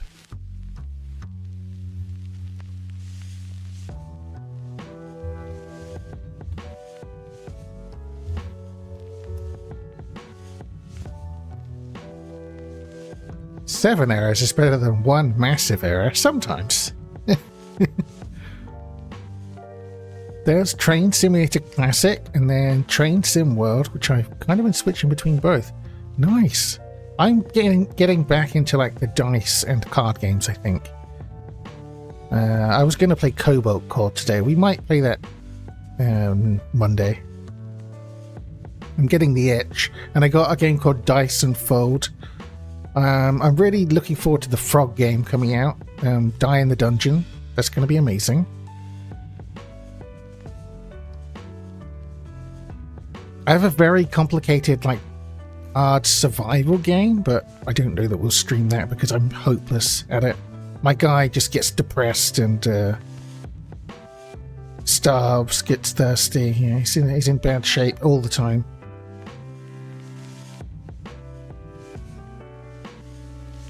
The only fun activities I can do for him is to build sandcastles and yeah, same Cosmic. The monkey game, that's true. I do have the monkey game that Phantom's playing, but I don't want to. I'm not going to play it while. Not going to play it while Phantom's playing it, I don't think. Just what Ark needs: depression. I could never get into Ark. I really should, because dinosaurs are fucking cool, right? Does this do what I want it to do?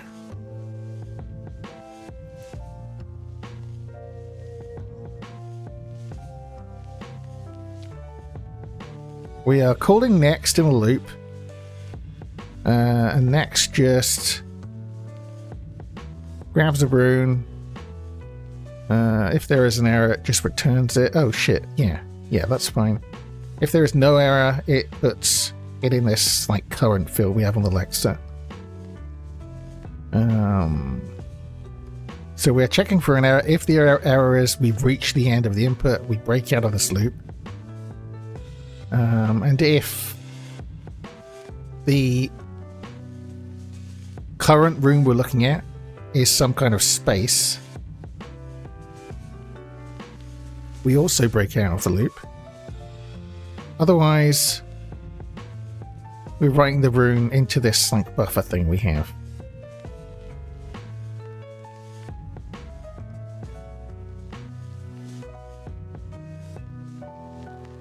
That seems right to me. So we won't read until...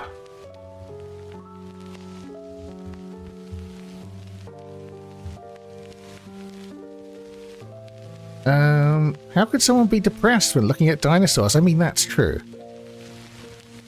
There's the new art game that needs like 32 gigs of RAM. Recommended for a 70 GB game. Is that... It has mixed reviews though, right? I've heard people complain about it more than anything else, I think. Is it worth playing? Or is the old one just still better?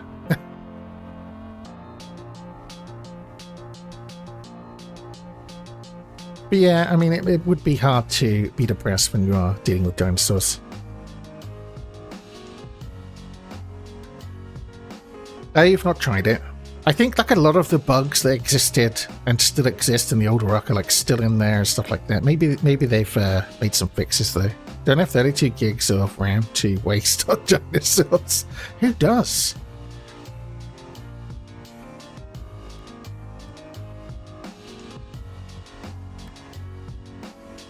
So at this point in our buffer should be something we can check to see if it's a token. So are we just gonna... We may just have a fuck off massive switch like case here. It's not gonna be too massive, is it? So what do we call this? Hey, AI Bogan? I'm gonna call you Bogan if that's okay. Unless you can like very phonetically tell me how to say your name so I don't offend you horribly. How are you doing? So what do we call this blob of Bogan's good? Thank you. What do we call this blob of like text that we have in the buffer? Naming stuff is hard.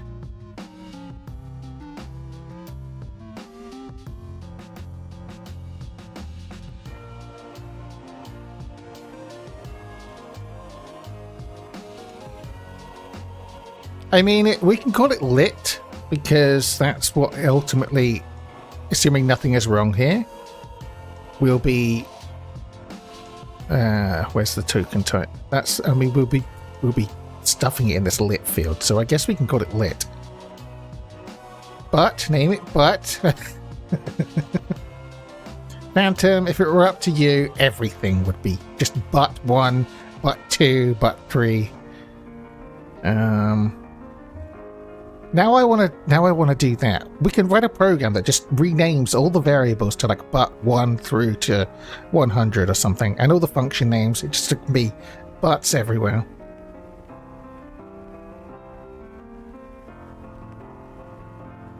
Yeah, I think we'll just call it lit.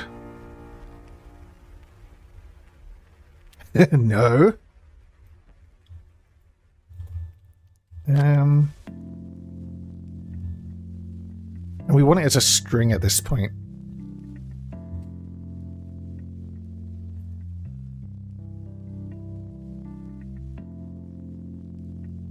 Do I want to lowercase this?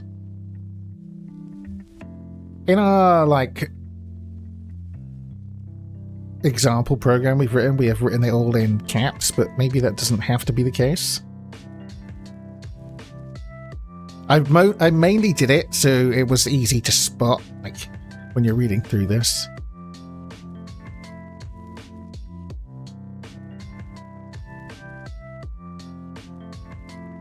Yeah, put the shopping away, Phantom.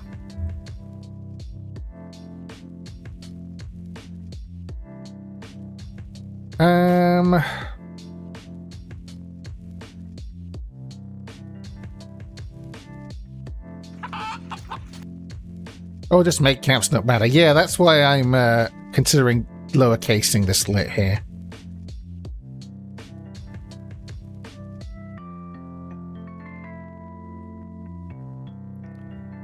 It's to do with the like acid reflux, Cosmic. It always feels like I need to like clear my throat, even when I don't.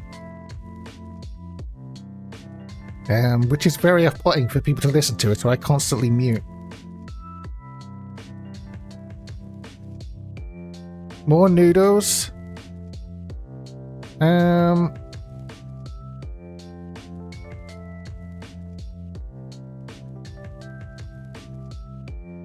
If we too lower this, it will end up messing with the comments though, right? It is a nightmare, isn't it? It is. But yeah, I looked it up, and it's a common thing to have this like annoying like tickle. Drives me absolutely insane, but I try not to inflict it on you all.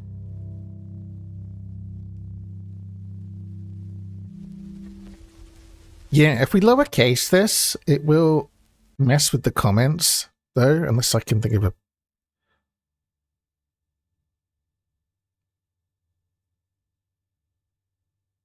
better way.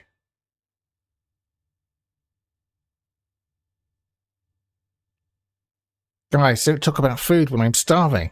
This always happens. For now, I guess we'll just leave it as is, and caps will matter, but we'll deal with that later, another time. So we want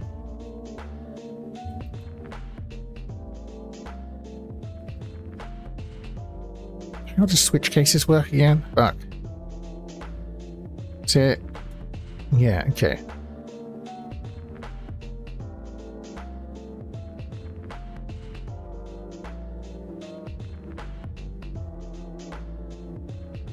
I think maybe we write a...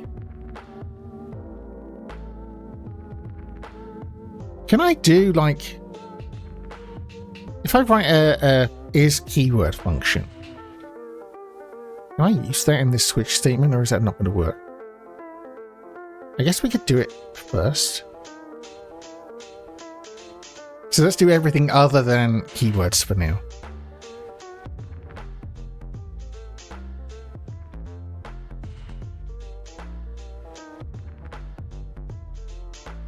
We can't use a switch statement here, can we? Fuck.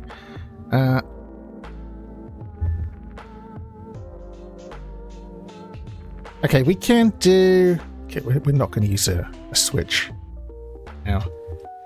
I'm going to do the ones that are easy, and then figuring out the rest. So we can try to convert it into a number, right? And then we'll know if we have a token literal. That's one thing we could do.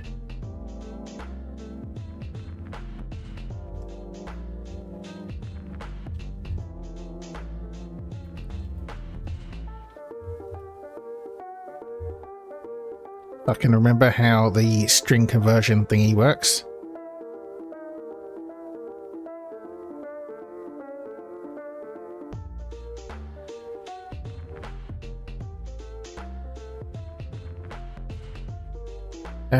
Pass int. So string base 10 and then 64. Okay.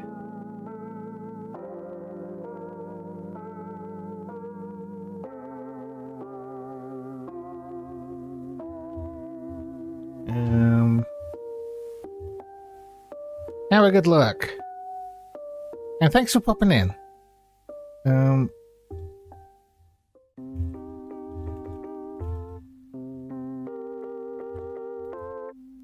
Base 10.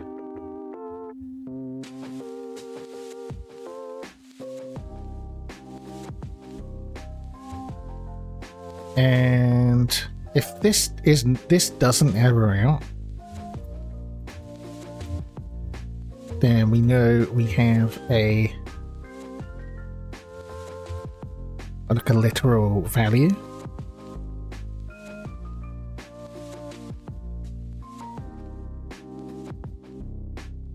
Wait, if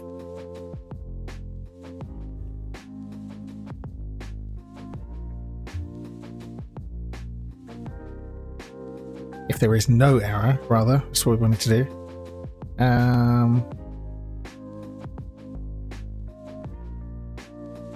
Then we have enough to add a token to our list of tokens.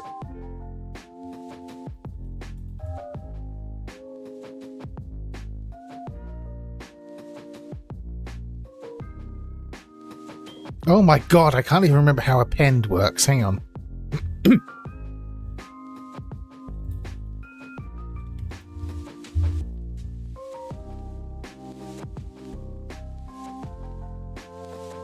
Okay.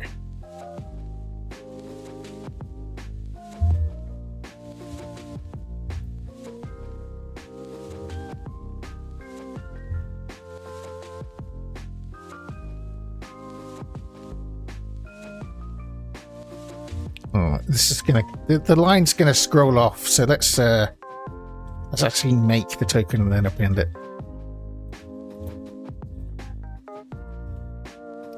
Googling how to do everything is just part of programming, right? Especially if you like hop between languages. It's like, how the hell does this work here?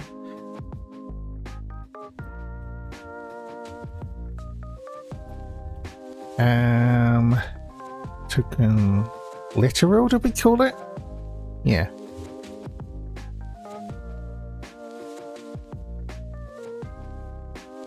And lit is just lit.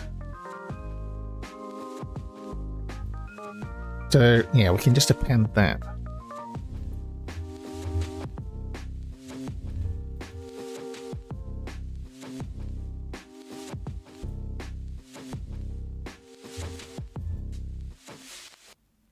And then we would continue, right? We don't need to reset the buffer or anything because we do it at the beginning of the iteration. Oh, the good thing about doing, like, skipping the white space every time is it does load that first rune in, or rather it should. Yeah.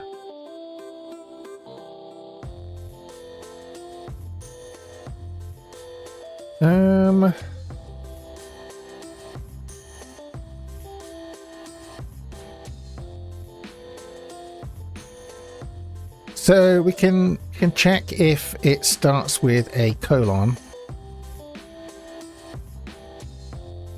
And then we know we have a label, right? This is just going to be a series of ifs. Maybe I could have wrote this as a switch, but I'm not sure, so we're just going to do it this ugly way, okay? It's fine. It's fine. Doesn't matter.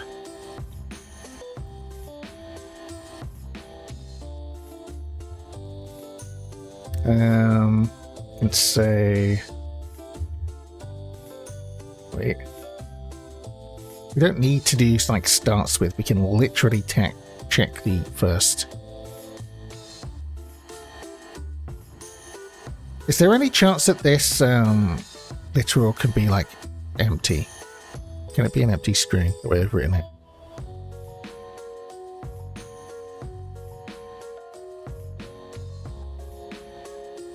If it is, I mean, we should just have to check anyway, right? If... Just in case.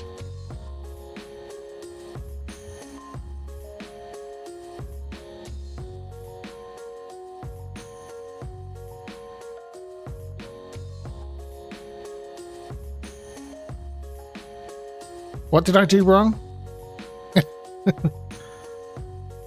Oh, it's because of this down here.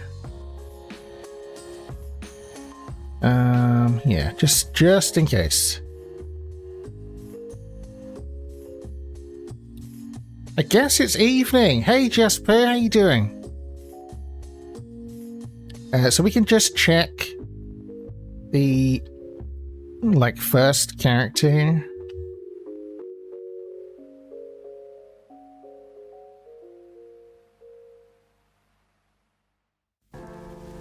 In fact, now we can use a switch statement, right? Because all of our checks are going to be... We're checking the first character here to see if it's a label. We can also do the similar thing with comments. And we can do a similar thing with some registers. We'll have to special case the comparison register. But I think that's it. And maybe the program counter. Maybe they can just be special cases. Yeah. Yeah, okay. I think I like this. So we're switching on the first...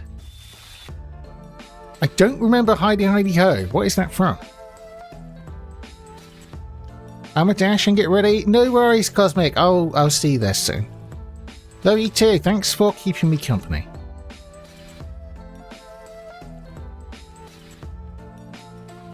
I think it works like this.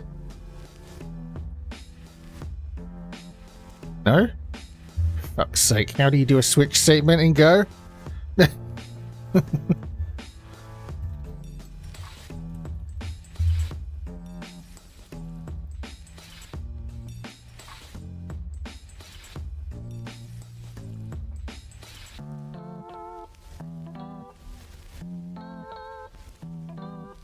I think this is right. So why is it not indenting this? Wait, let's just...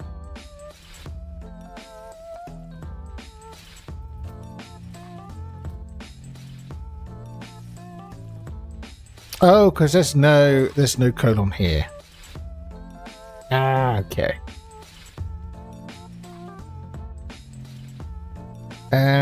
So yeah, if it starts with a colon, it's going to be a label.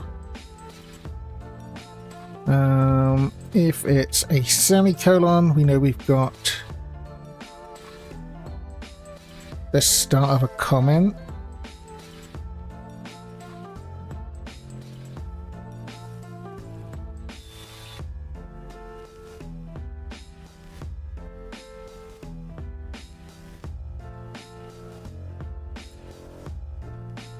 Wait a minute, it just occurs to me that read until... The comments are going to be broken, aren't they?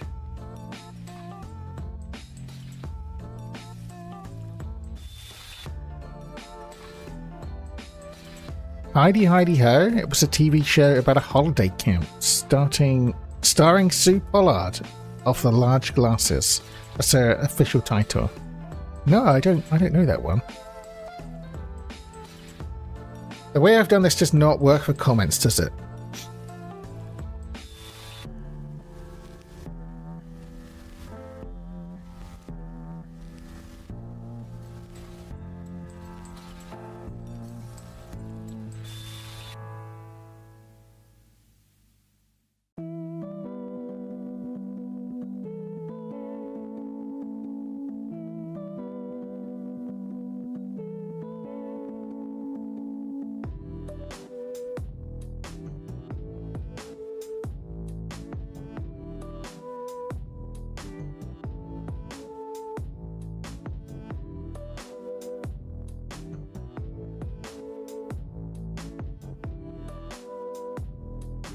You've been asked this at least 10 times, but it's your fault for live programming.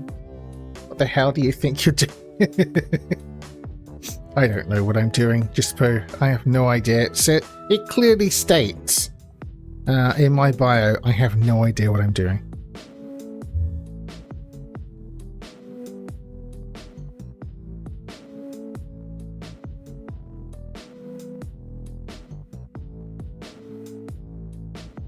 We need to...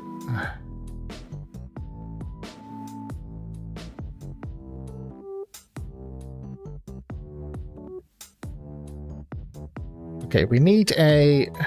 For God's sake. We need to kind of special case the comments, I think.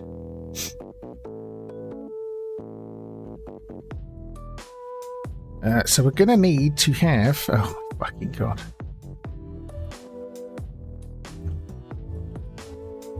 Read until... New line. Oreo F. Oh my God. Which is going to...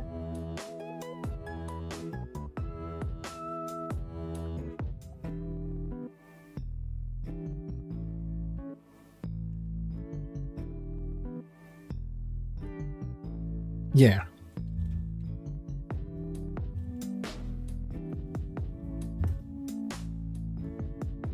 Don't watch TV much. No, I started watching just before I came on here. Don't Fuck with Cats on Netflix. I'm also watching Lost. I started When They See Us as well, but I'm not sure if I'll be able to get into that. It's been going back to older shows, although I did watch the first 2 episodes of that new show, Chaos. Oh, I've not heard of it. Jeff Goldblum as a vain, vindictive Zeus? Honestly, yeah, I might be interested in watching that. I have not heard of it. Is that on any streaming service? Or is that actual television?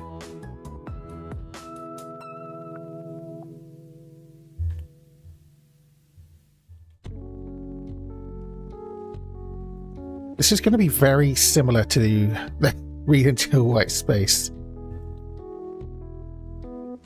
In fact, we could probably refactor, but, you know, screw it. It's Netflix, I think. I watched it on Kodi. Match. Oh. How do people remember names so easily? I have to Google these people. Yeah, Charlotte, did you Google Jeff Goldblum? Surely not.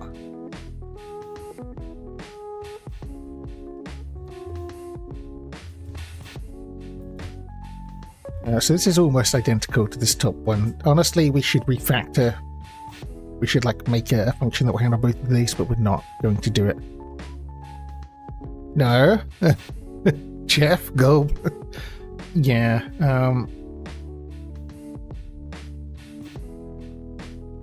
I mean, sometimes names just fall out of your head, I guess.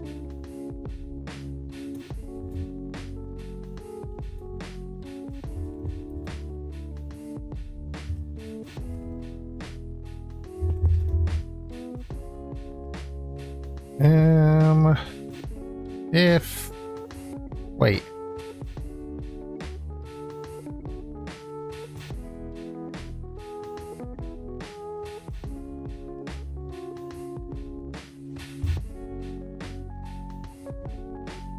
You know what we don't do in this Read Until White Space? We don't actually load the next... Oh, we do, because it happens here. Yeah. And again, this happens here. Okay, that's fine.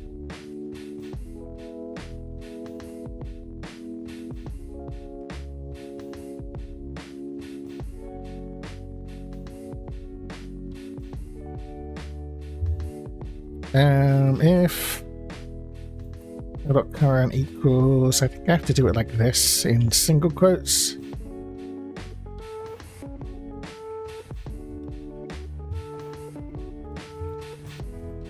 And we break if we hit that, otherwise...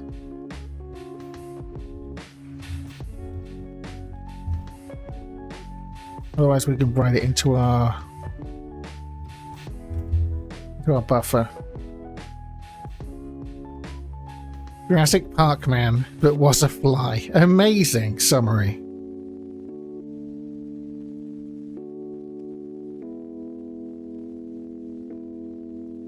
Fly man. They are TV characters and TV isn't real. How am I supposed to know they have a name? They're just meat puppets to Charlotte. That's all they are. She doesn't like to humanize them.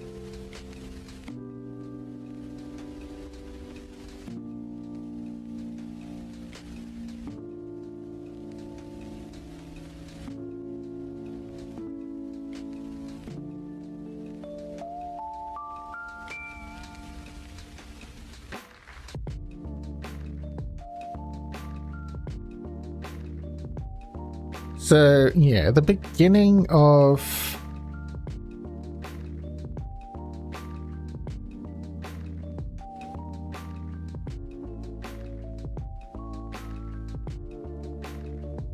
right, okay, right after we skip this space here, we need to check if...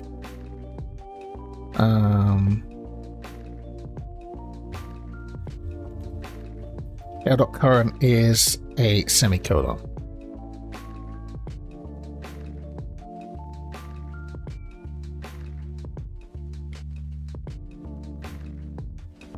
And if it is, instead of this white space or AOF thing,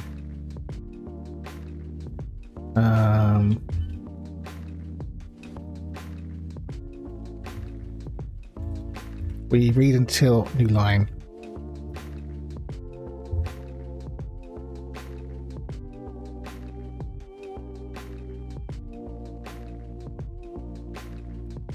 And this needs to be an else.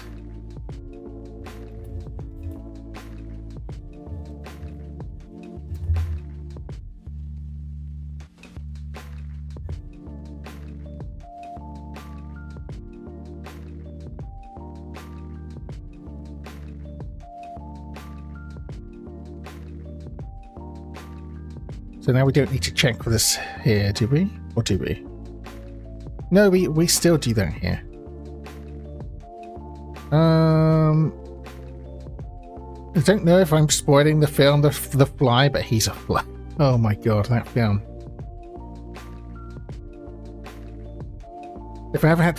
If I got robbed and had to describe a guy to the police, he'd be screwed. I think I would also be terrible at that shot. He's trying to teleport himself and a fly gets into the chamber and his DNA merges and hilarity ensues. It is a good film. It is a good one. No, they become like a horrible abomination, like combined. It's good. And what other cases there? There's a case where this first rune is an R as well, because that means we're talking about a register. And then, yeah, okay, so...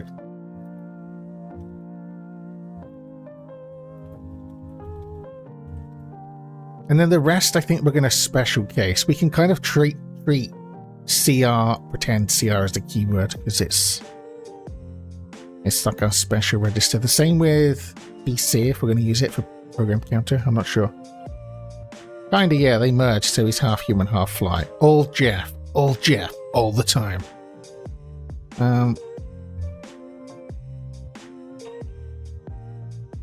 So, yeah, we have a label here, so...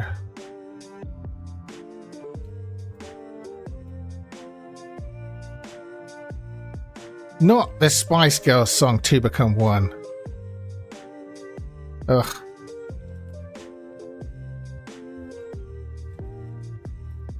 Token type. Token label. Lit, and I think we'll just append these at the end. Wait, this won't exist, will it? Or will it?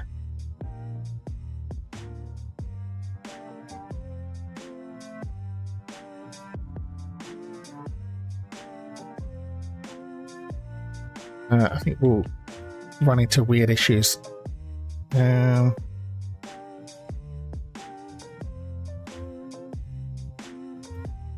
You know what? That's an ugly way of doing a variable declaration, even though we can do it like that. It just looks nicer like this.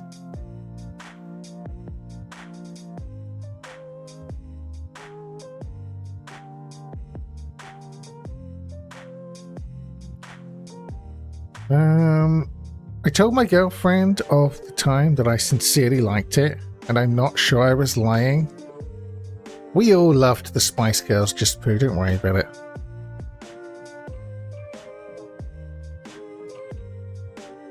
Sorry to admit this, but shows how bad I am at recognizing people. If I had to describe you, Dozy, the only thing I'd be able to say is glasses and long hair. Other than that, all people look the same in my eyes. That's fine.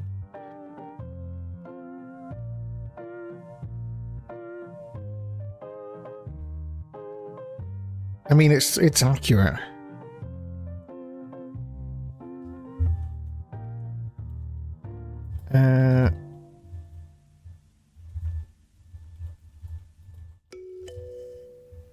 Who can comment?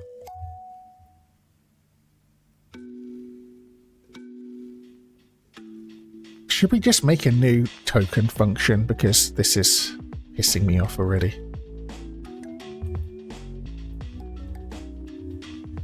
New token, and it takes the type.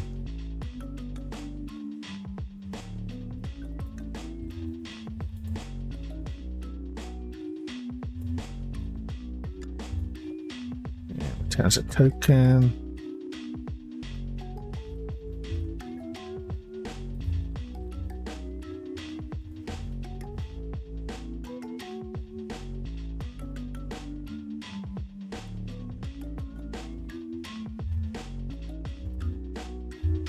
Make a little constructor.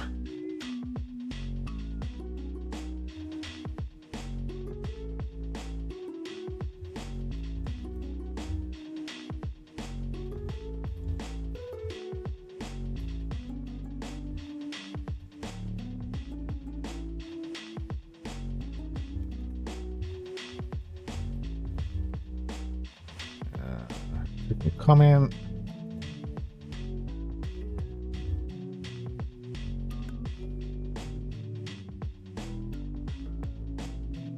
I'd add headphones to that. And he's oddly monochrome, yeah. You couldn't recognize my own child when he got a haircut. How is the kid? How's his stomach? Is he still spinning around? Were you able to catch him? That's just face blindness at this point. It might be, yeah. The registers. Do I want to do any fanciness? I don't think we do any fanciness here.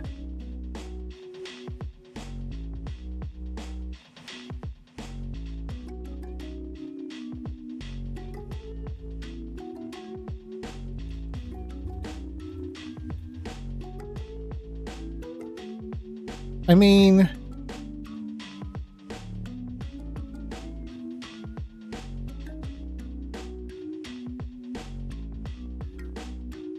we could do some validation, right?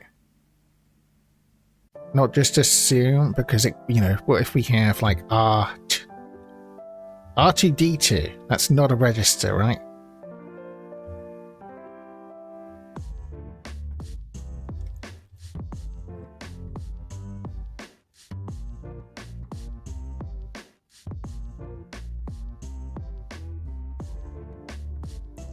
Yeah, so if it's longer than 2 characters, that's a sign that we have a problem. It's not a register.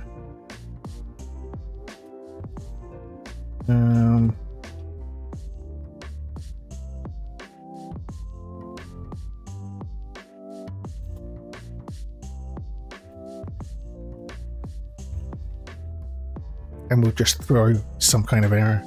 A very unhelpful one, because we haven't been tracking the position or anything like that. Does this function return anything, by the way? It does return a list of tokens. Okay, well.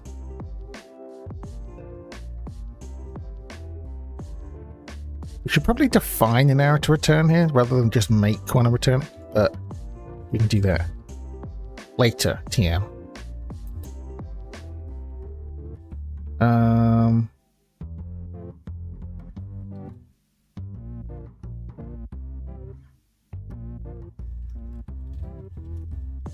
Maybe we can do this. So return like a formatted error for us. Valid token. We'll just do this.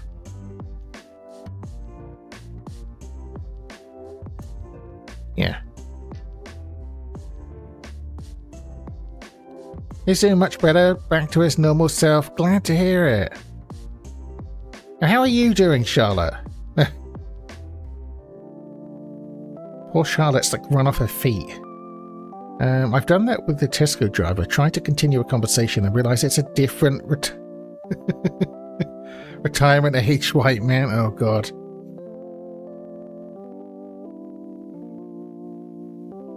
Poor Tesco man must have been so confused. Just saw generic man.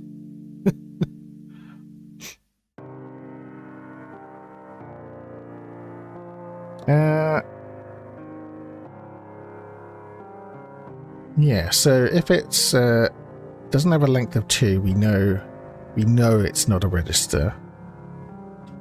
How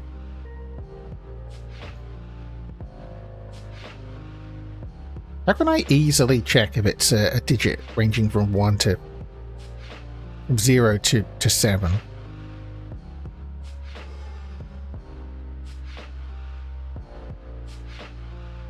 Well, okay, we first check if it is actually a digit. And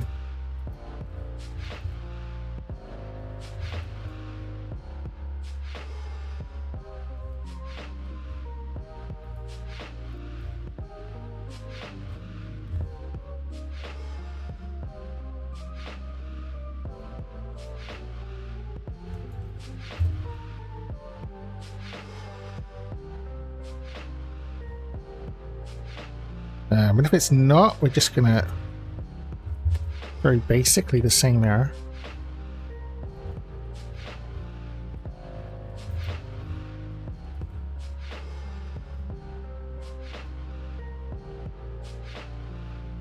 Oops, we also need to return nil.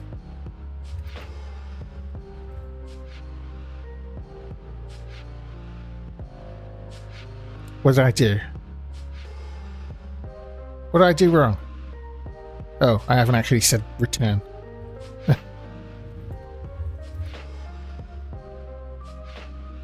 Let's close this test for a minute because it's pissing me off. We don't talk about me. Yes, we do, Charlotte. We should go with I'm good. Well, hope you're as good as you can be. Oldest starts school on Tuesday and youngest has his first day of preschool Wednesday, so at least I'll get some rest soon. Ah, that's something, I guess. I say soon, but I'll be tidying a lot to get this house looking like a house again. Oh no, yeah. I imagine it can get out of control quick. Especially when kids have the zoomies, you know.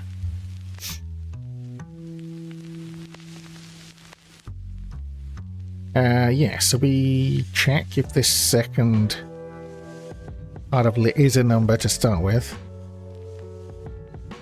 And okay.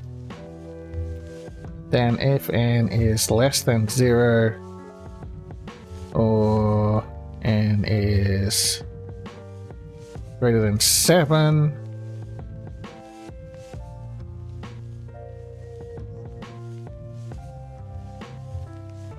again, we're gonna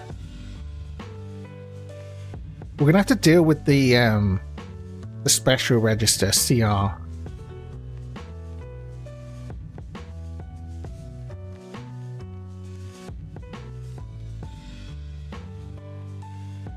I'm tempted to be lazy and just add a oh shit. Okay. Just add before this R case. Just have a C case, and then we just also check if the second character is R.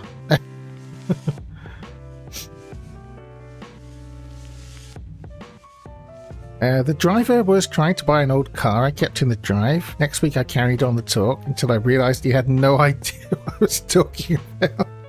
Oh no, poor guy. Did he just think you were I don't know. I don't know what he would have thought. With the tornado running around, I will tidy up, move on to the next room, hear the crashing of the first room getting messy again. Oh no, just the never-ending cycle of cleaning.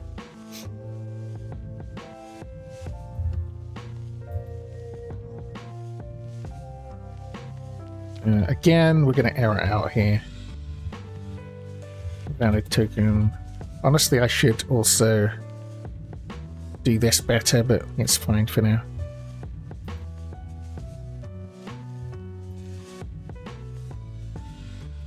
Okay, and at that point, we should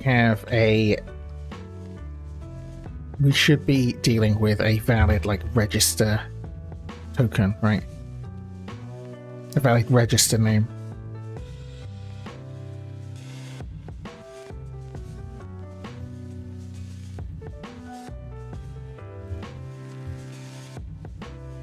Oh shit, we don't have to do this anymore, do we? Token register. And we just stick lit in there.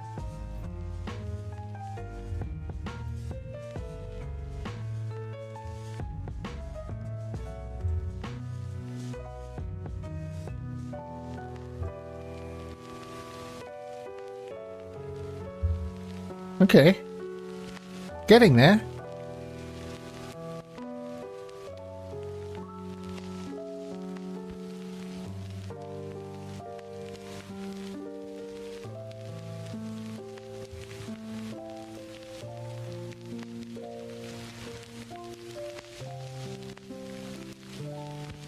What's left? What's left? I know we haven't tested any of this yet, and that's deliberate, right? Because I don't want to get stuck into debugging hell while we're here, like, too badly. So we're just going to pretend everything's fine for now. Maybe debugging hell next time, when I'm a bit more awake, because inevitably this is going to be bad. Endless mess indeed. I might have maybe given up tidying selected corners of the house for a moment until peace arrives. I hope you get your peace, Charlotte. Not as in passed away, by the way. That sounded all kinds of wrong. Not forever peace, just, you know, some. As we're handling labels, comments, registers, what other token types do we have? Literals, we did literals, right? It's the first one we did.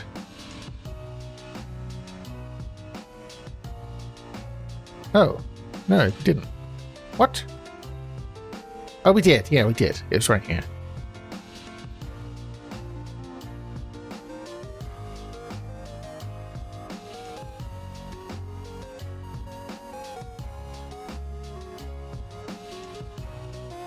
So at this point, if it's none of these,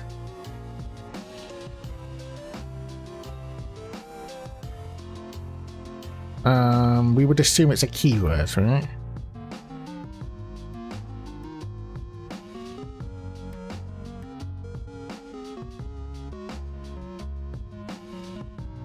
So I'm pretty sure you can have a default case.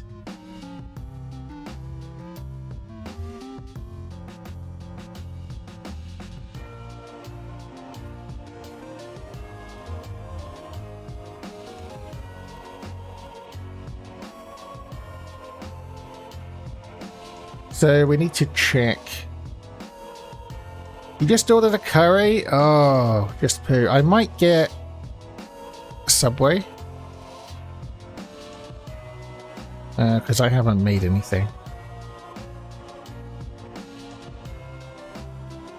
I could eat a curry, but I don't know where to order from around here. It's pretty much got to be Subway or chips. Until I figure out some other places. Like, I would love a Chinese, but don't know where's good.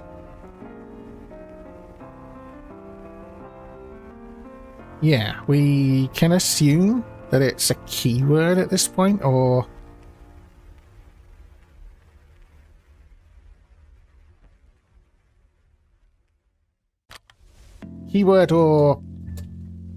Keyword or it's just invalid.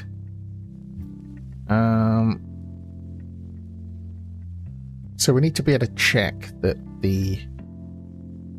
check if this literal we've got is an actual keyword. So do I want to maybe make a map of the valid keywords we have?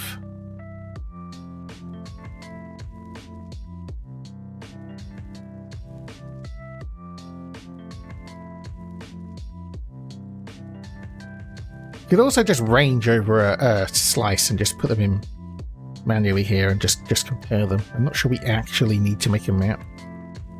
But maybe we do, because I might end up making like a disassembler and stuff later on. So maybe we do that. Okay, sure. If I do that under the token types... No, wait. Where do I do that? We'll just do it above this.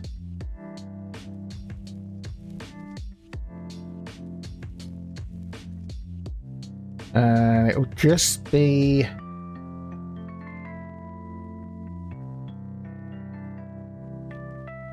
We'll just call it valid keywords. We'll just call it keywords. Oh, hang on.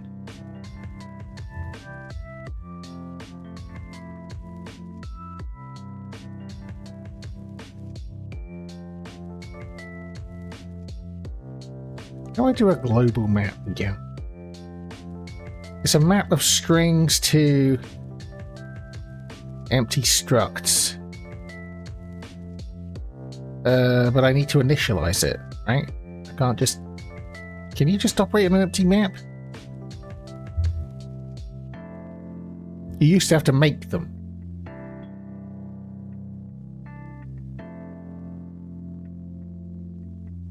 Can I do this?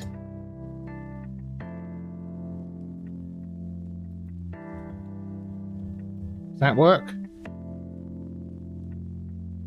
That might work. Oh, no, because we actually want to make this map. Like a literal. How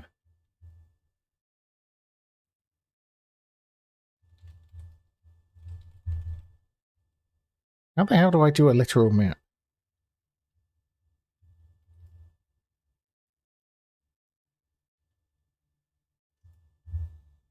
Are we at the end of the playlist? Yeah. Oh, it's going to loop. Okay. I went food shopping and found it funny looking at the two kids' lunchbox choices. Child A has what you'd expect to see in a lunchbox. Child B has nuggets in different shapes and flavors and cheese.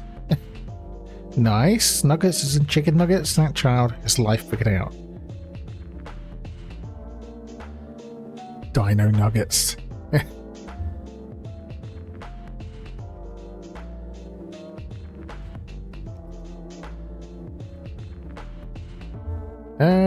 I'm not sure of the syntax for this, but I guess it will start complaining. So we've got load.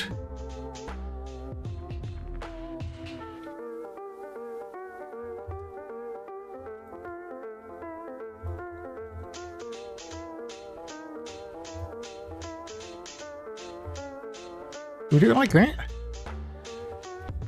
Yeah, it needs to have two freaking... So stupid. We've got add. We got sub.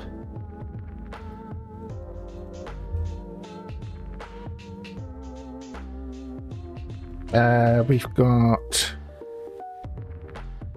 jump of 0.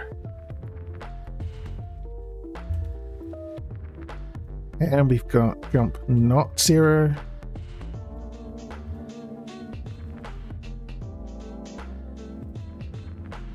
Is that it?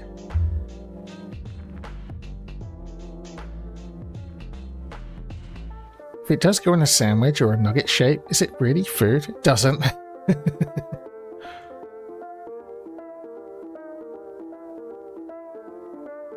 Oh, we have move and compare and print as well. Oh my god, I'm dumb. Move.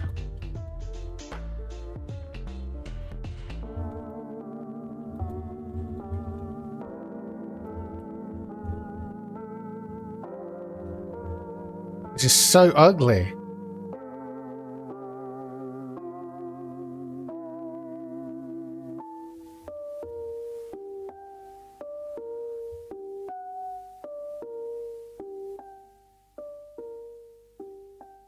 Oh, and we have halt as well.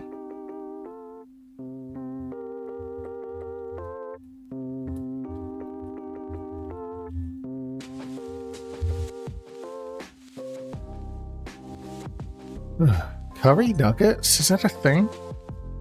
It should be a thing.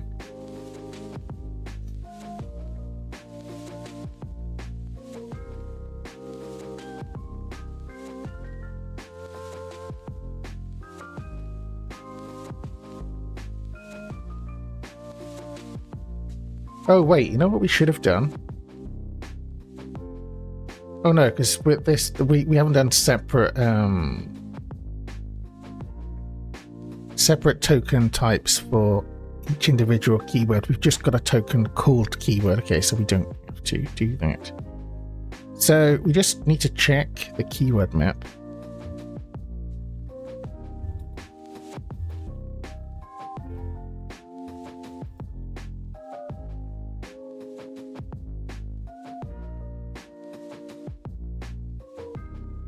Okay, let's not do the short F.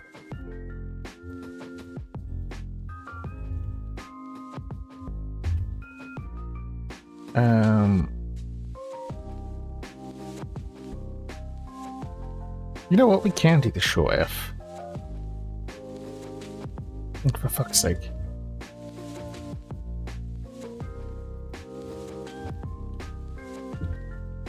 So if it is in the keyword map, we know.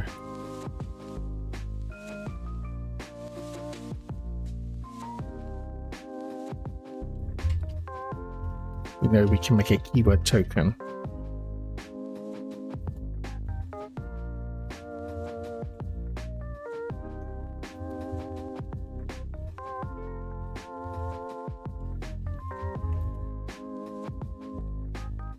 Like that.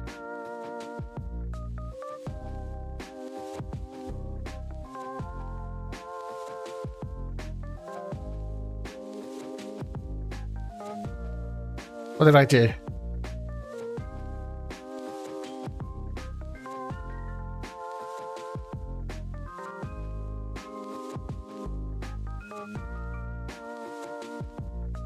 What did I do? I didn't do nothing.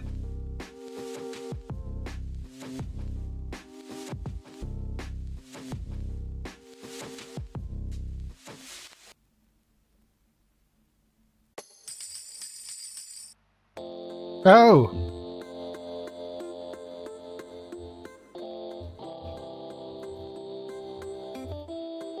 I'm dumbass. Yeah.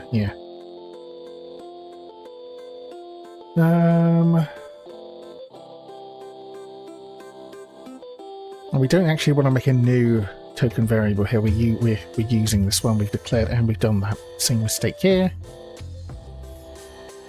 Because at the end we want to append this to the list of tokens we've got on the Lexus struct.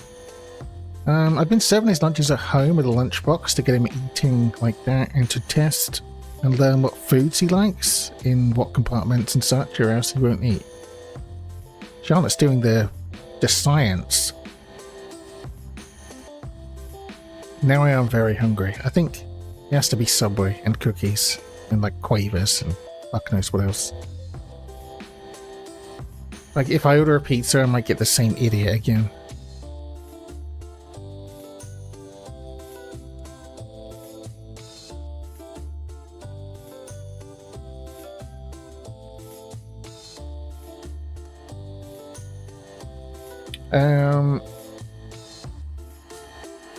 We can do an else here. Or should we flip this around? Okay, let's flip this. Wait, does it matter?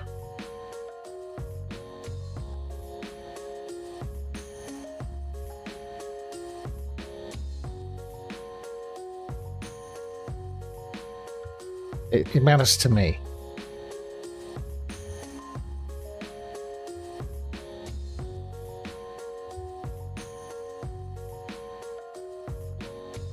So if it's not in the keyword list,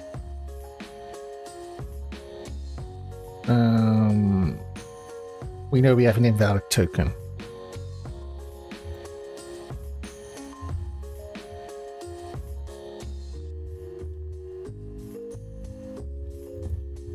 I hate how often we're repeating the same.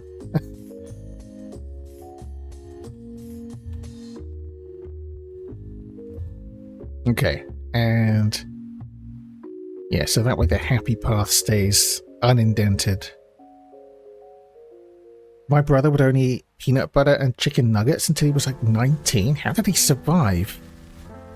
I've got to do the science. Like I've learned, he will refuse to eat a chocolate bar if it's placed in the top compartment. It has to be in the bottom one. Oh, that is the designated chocolate compartment.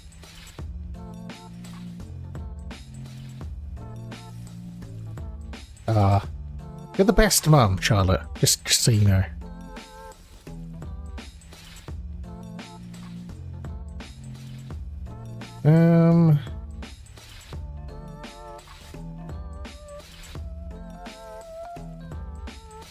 I think we're good from there. Then we would just end that token.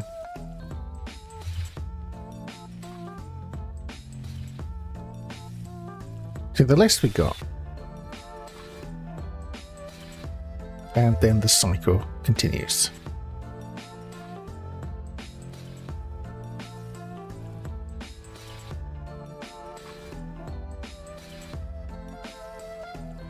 My mum used to trick me. She hid things in the sandwiches or under a roast potato. I'm gonna have a roast on Sunday.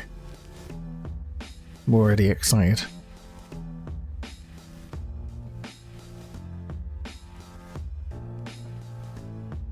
I was a fussy eater when I was like very young, but now I'm really not.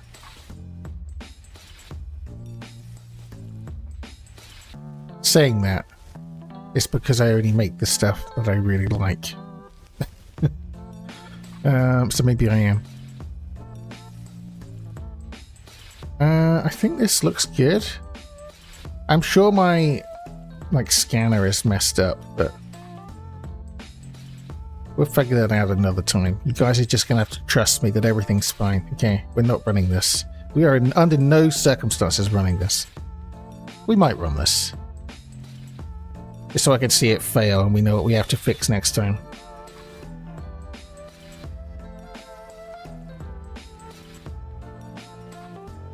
We'd only get a specific brand of chicken nuggets, so my parents would just refill the old bag. That's clever.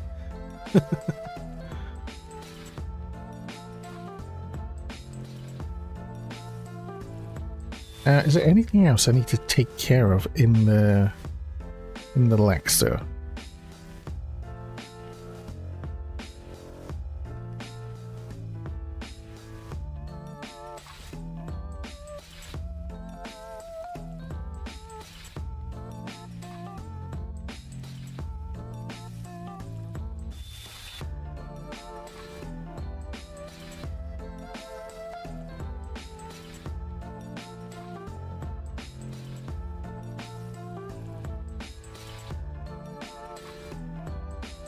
Oh, we can use our new token function here, I guess.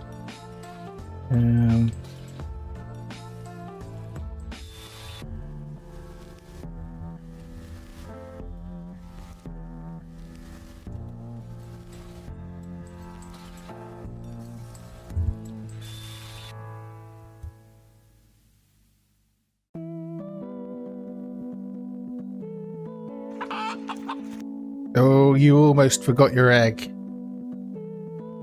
We were talking earlier, Jasper, about I'm trying to figure out all the details in my head that we might end up with like a stock market for the eggs. So those eggs are like the base currency, and we have other maybe either colored eggs or company names that you invest in, and they fluctuate, and you have like you end up like a portfolio of eggs. I don't know.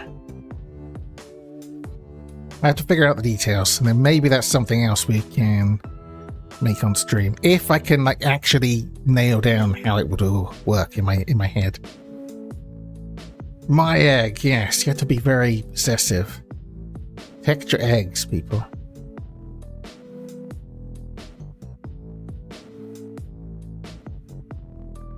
Like in theory, this looks good,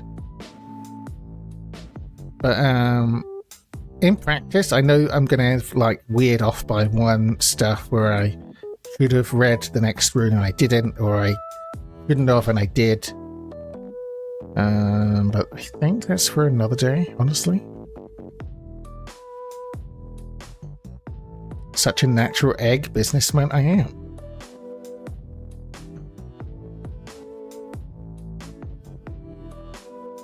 Yeah, I think this is the Lexa. Do we break out of this when we hit? This is an infinite loop that we do never break out of. That is a problem though, isn't it? So where do we...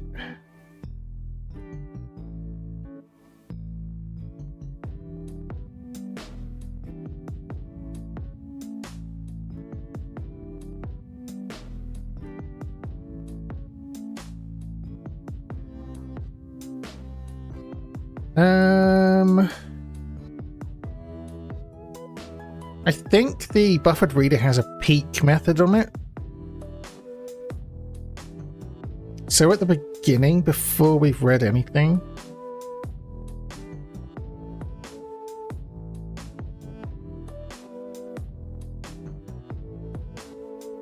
actually, I guess after skip white space here, we can peek. Yeah.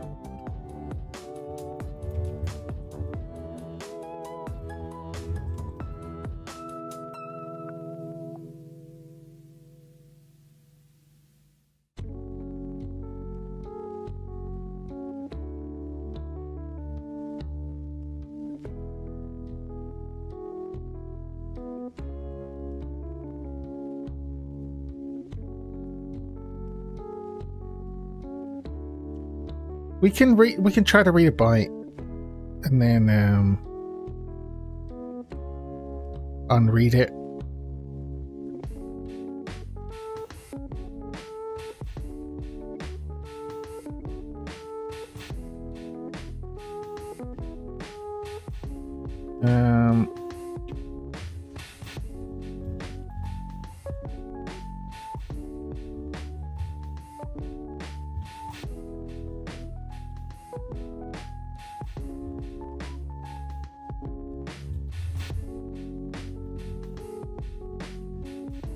Yeah, if we hit the EOF error, then we'll just break out of here.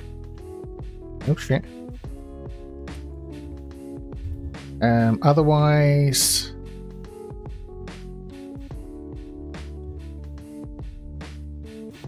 Otherwise we unread the byte. What the fuck am I doing? It's not buffio.read byte. We need to call this on the buffered reader we have.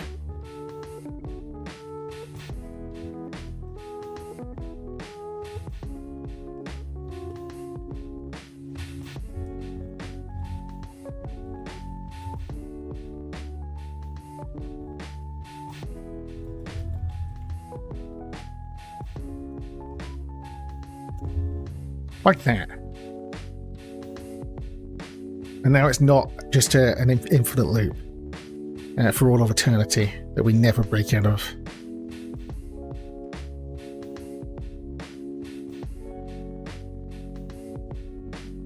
You don't have a sense of taste, so you're an opposite as a kid, you eat whatever. It's a good way to be if you possibly can, but not everyone can. As a fussy eating kid myself, you're doing the right thing. It helped me to accidentally discover new foods myself. If I'd made the choice, it felt different. So Mum would leave things that looked very much like the thing I'd like, but just a bit different. Oh, sneaky. Grew up in an eat or else house because it was seen as disrespect to say you didn't like something because someone put time and energy into making the food. Behavior I didn't want to continue when I grew up. Right, yeah. You would rather know so that you don't make it again, right? Makes sense. People do have dislikes, but as an adult, I still have those conversations with other adults. You've never tried X? You're 45. I have to admit, I'm just not adventurous. I'm happy to try stuff. My mum once made me sit at the table until I ate everything. I sat there all night. Some kids are just like that with food. Well, yeah. I'll never forget my stepmom. When I was at my dad's, she bought, I think it was me, my brother, and my step nephew or something, nephew-in-law. She bought us, and it was supposed to be as a treat. She got chocolate carrots. They were like, you eat with your dinner, but they're like chocolatey carrots. And it was supposed to be a treat, but they were the worst thing I've ever had in my mouth, and it was awful. And we did have to sit there and eat them. It was the worst. What was supposed to be a treat turned into a goddamn punishment.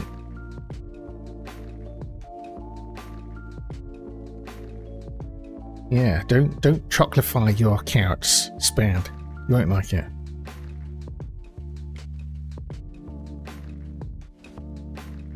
Okay, so now it's not an infinite loop. I'm gonna comment some of this shit so I don't forget what I've done. This is one of those rare things where I will actually write a couple of comments. And this one is literally going to be comment. I say comments, it's just a single word. And this is... throw it into check. We could maybe put these into functions, but I'm not sure we'll need them again, so...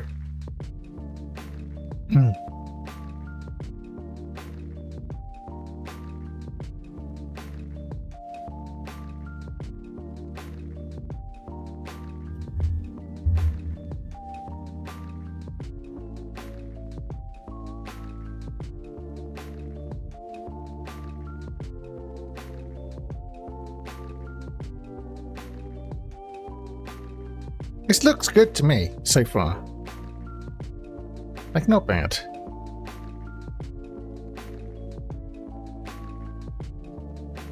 What are we at? We're at 3 hours. I'm pretty sure Cosmic's gone live. So I think we'll call it there for today, but this might be the next, like, end streams, honestly, guys. I'm so sorry. Because this is great fun for me, you know? My sister got given a chocolate sprout as a prank. Turned out she loved it and got her enjoying and eating sprouts. I love sprouts. I absolutely love them. I don't know about a chocolate sprout. I'm not sure how I feel about that at all. At uni, I lived with a girl named Aisha who thought it was literally sinful to waste food. She'd clear your plate often before you'd finish. She'd give you the eye at the table, and you knew you had about 2 minutes to finish before she stole it. Oh my god. I eat very slow, so I would hate that.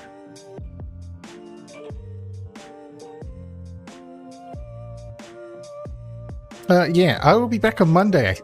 Yeah, Monday? It depends how... Honestly, it depends how obsessed my brain becomes with this. It may be that we work on it over the weekend. Offline, I may end up doing a tiny bit of cleaning up. Just a tiny bit. Yeah, we'll see. I will probably continue this next time, unless I'm very tired. It's just so slow to do it while streaming. This has turned out to be what? Like 163 lines plus the test file. But yeah, we will carry on.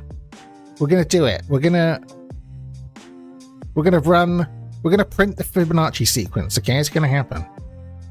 Thank you for stream today. I don't understand any of it, but it's honestly very interesting to watch. Thank you for keeping me company, Charlotte. You're a delight as always. Thanks for the stream, but fuck Sprouts. I'll never be old enough for Sprouts. I'll have your Sprouts. Just be that's fine. More for me. I can deal with that. Let's do this.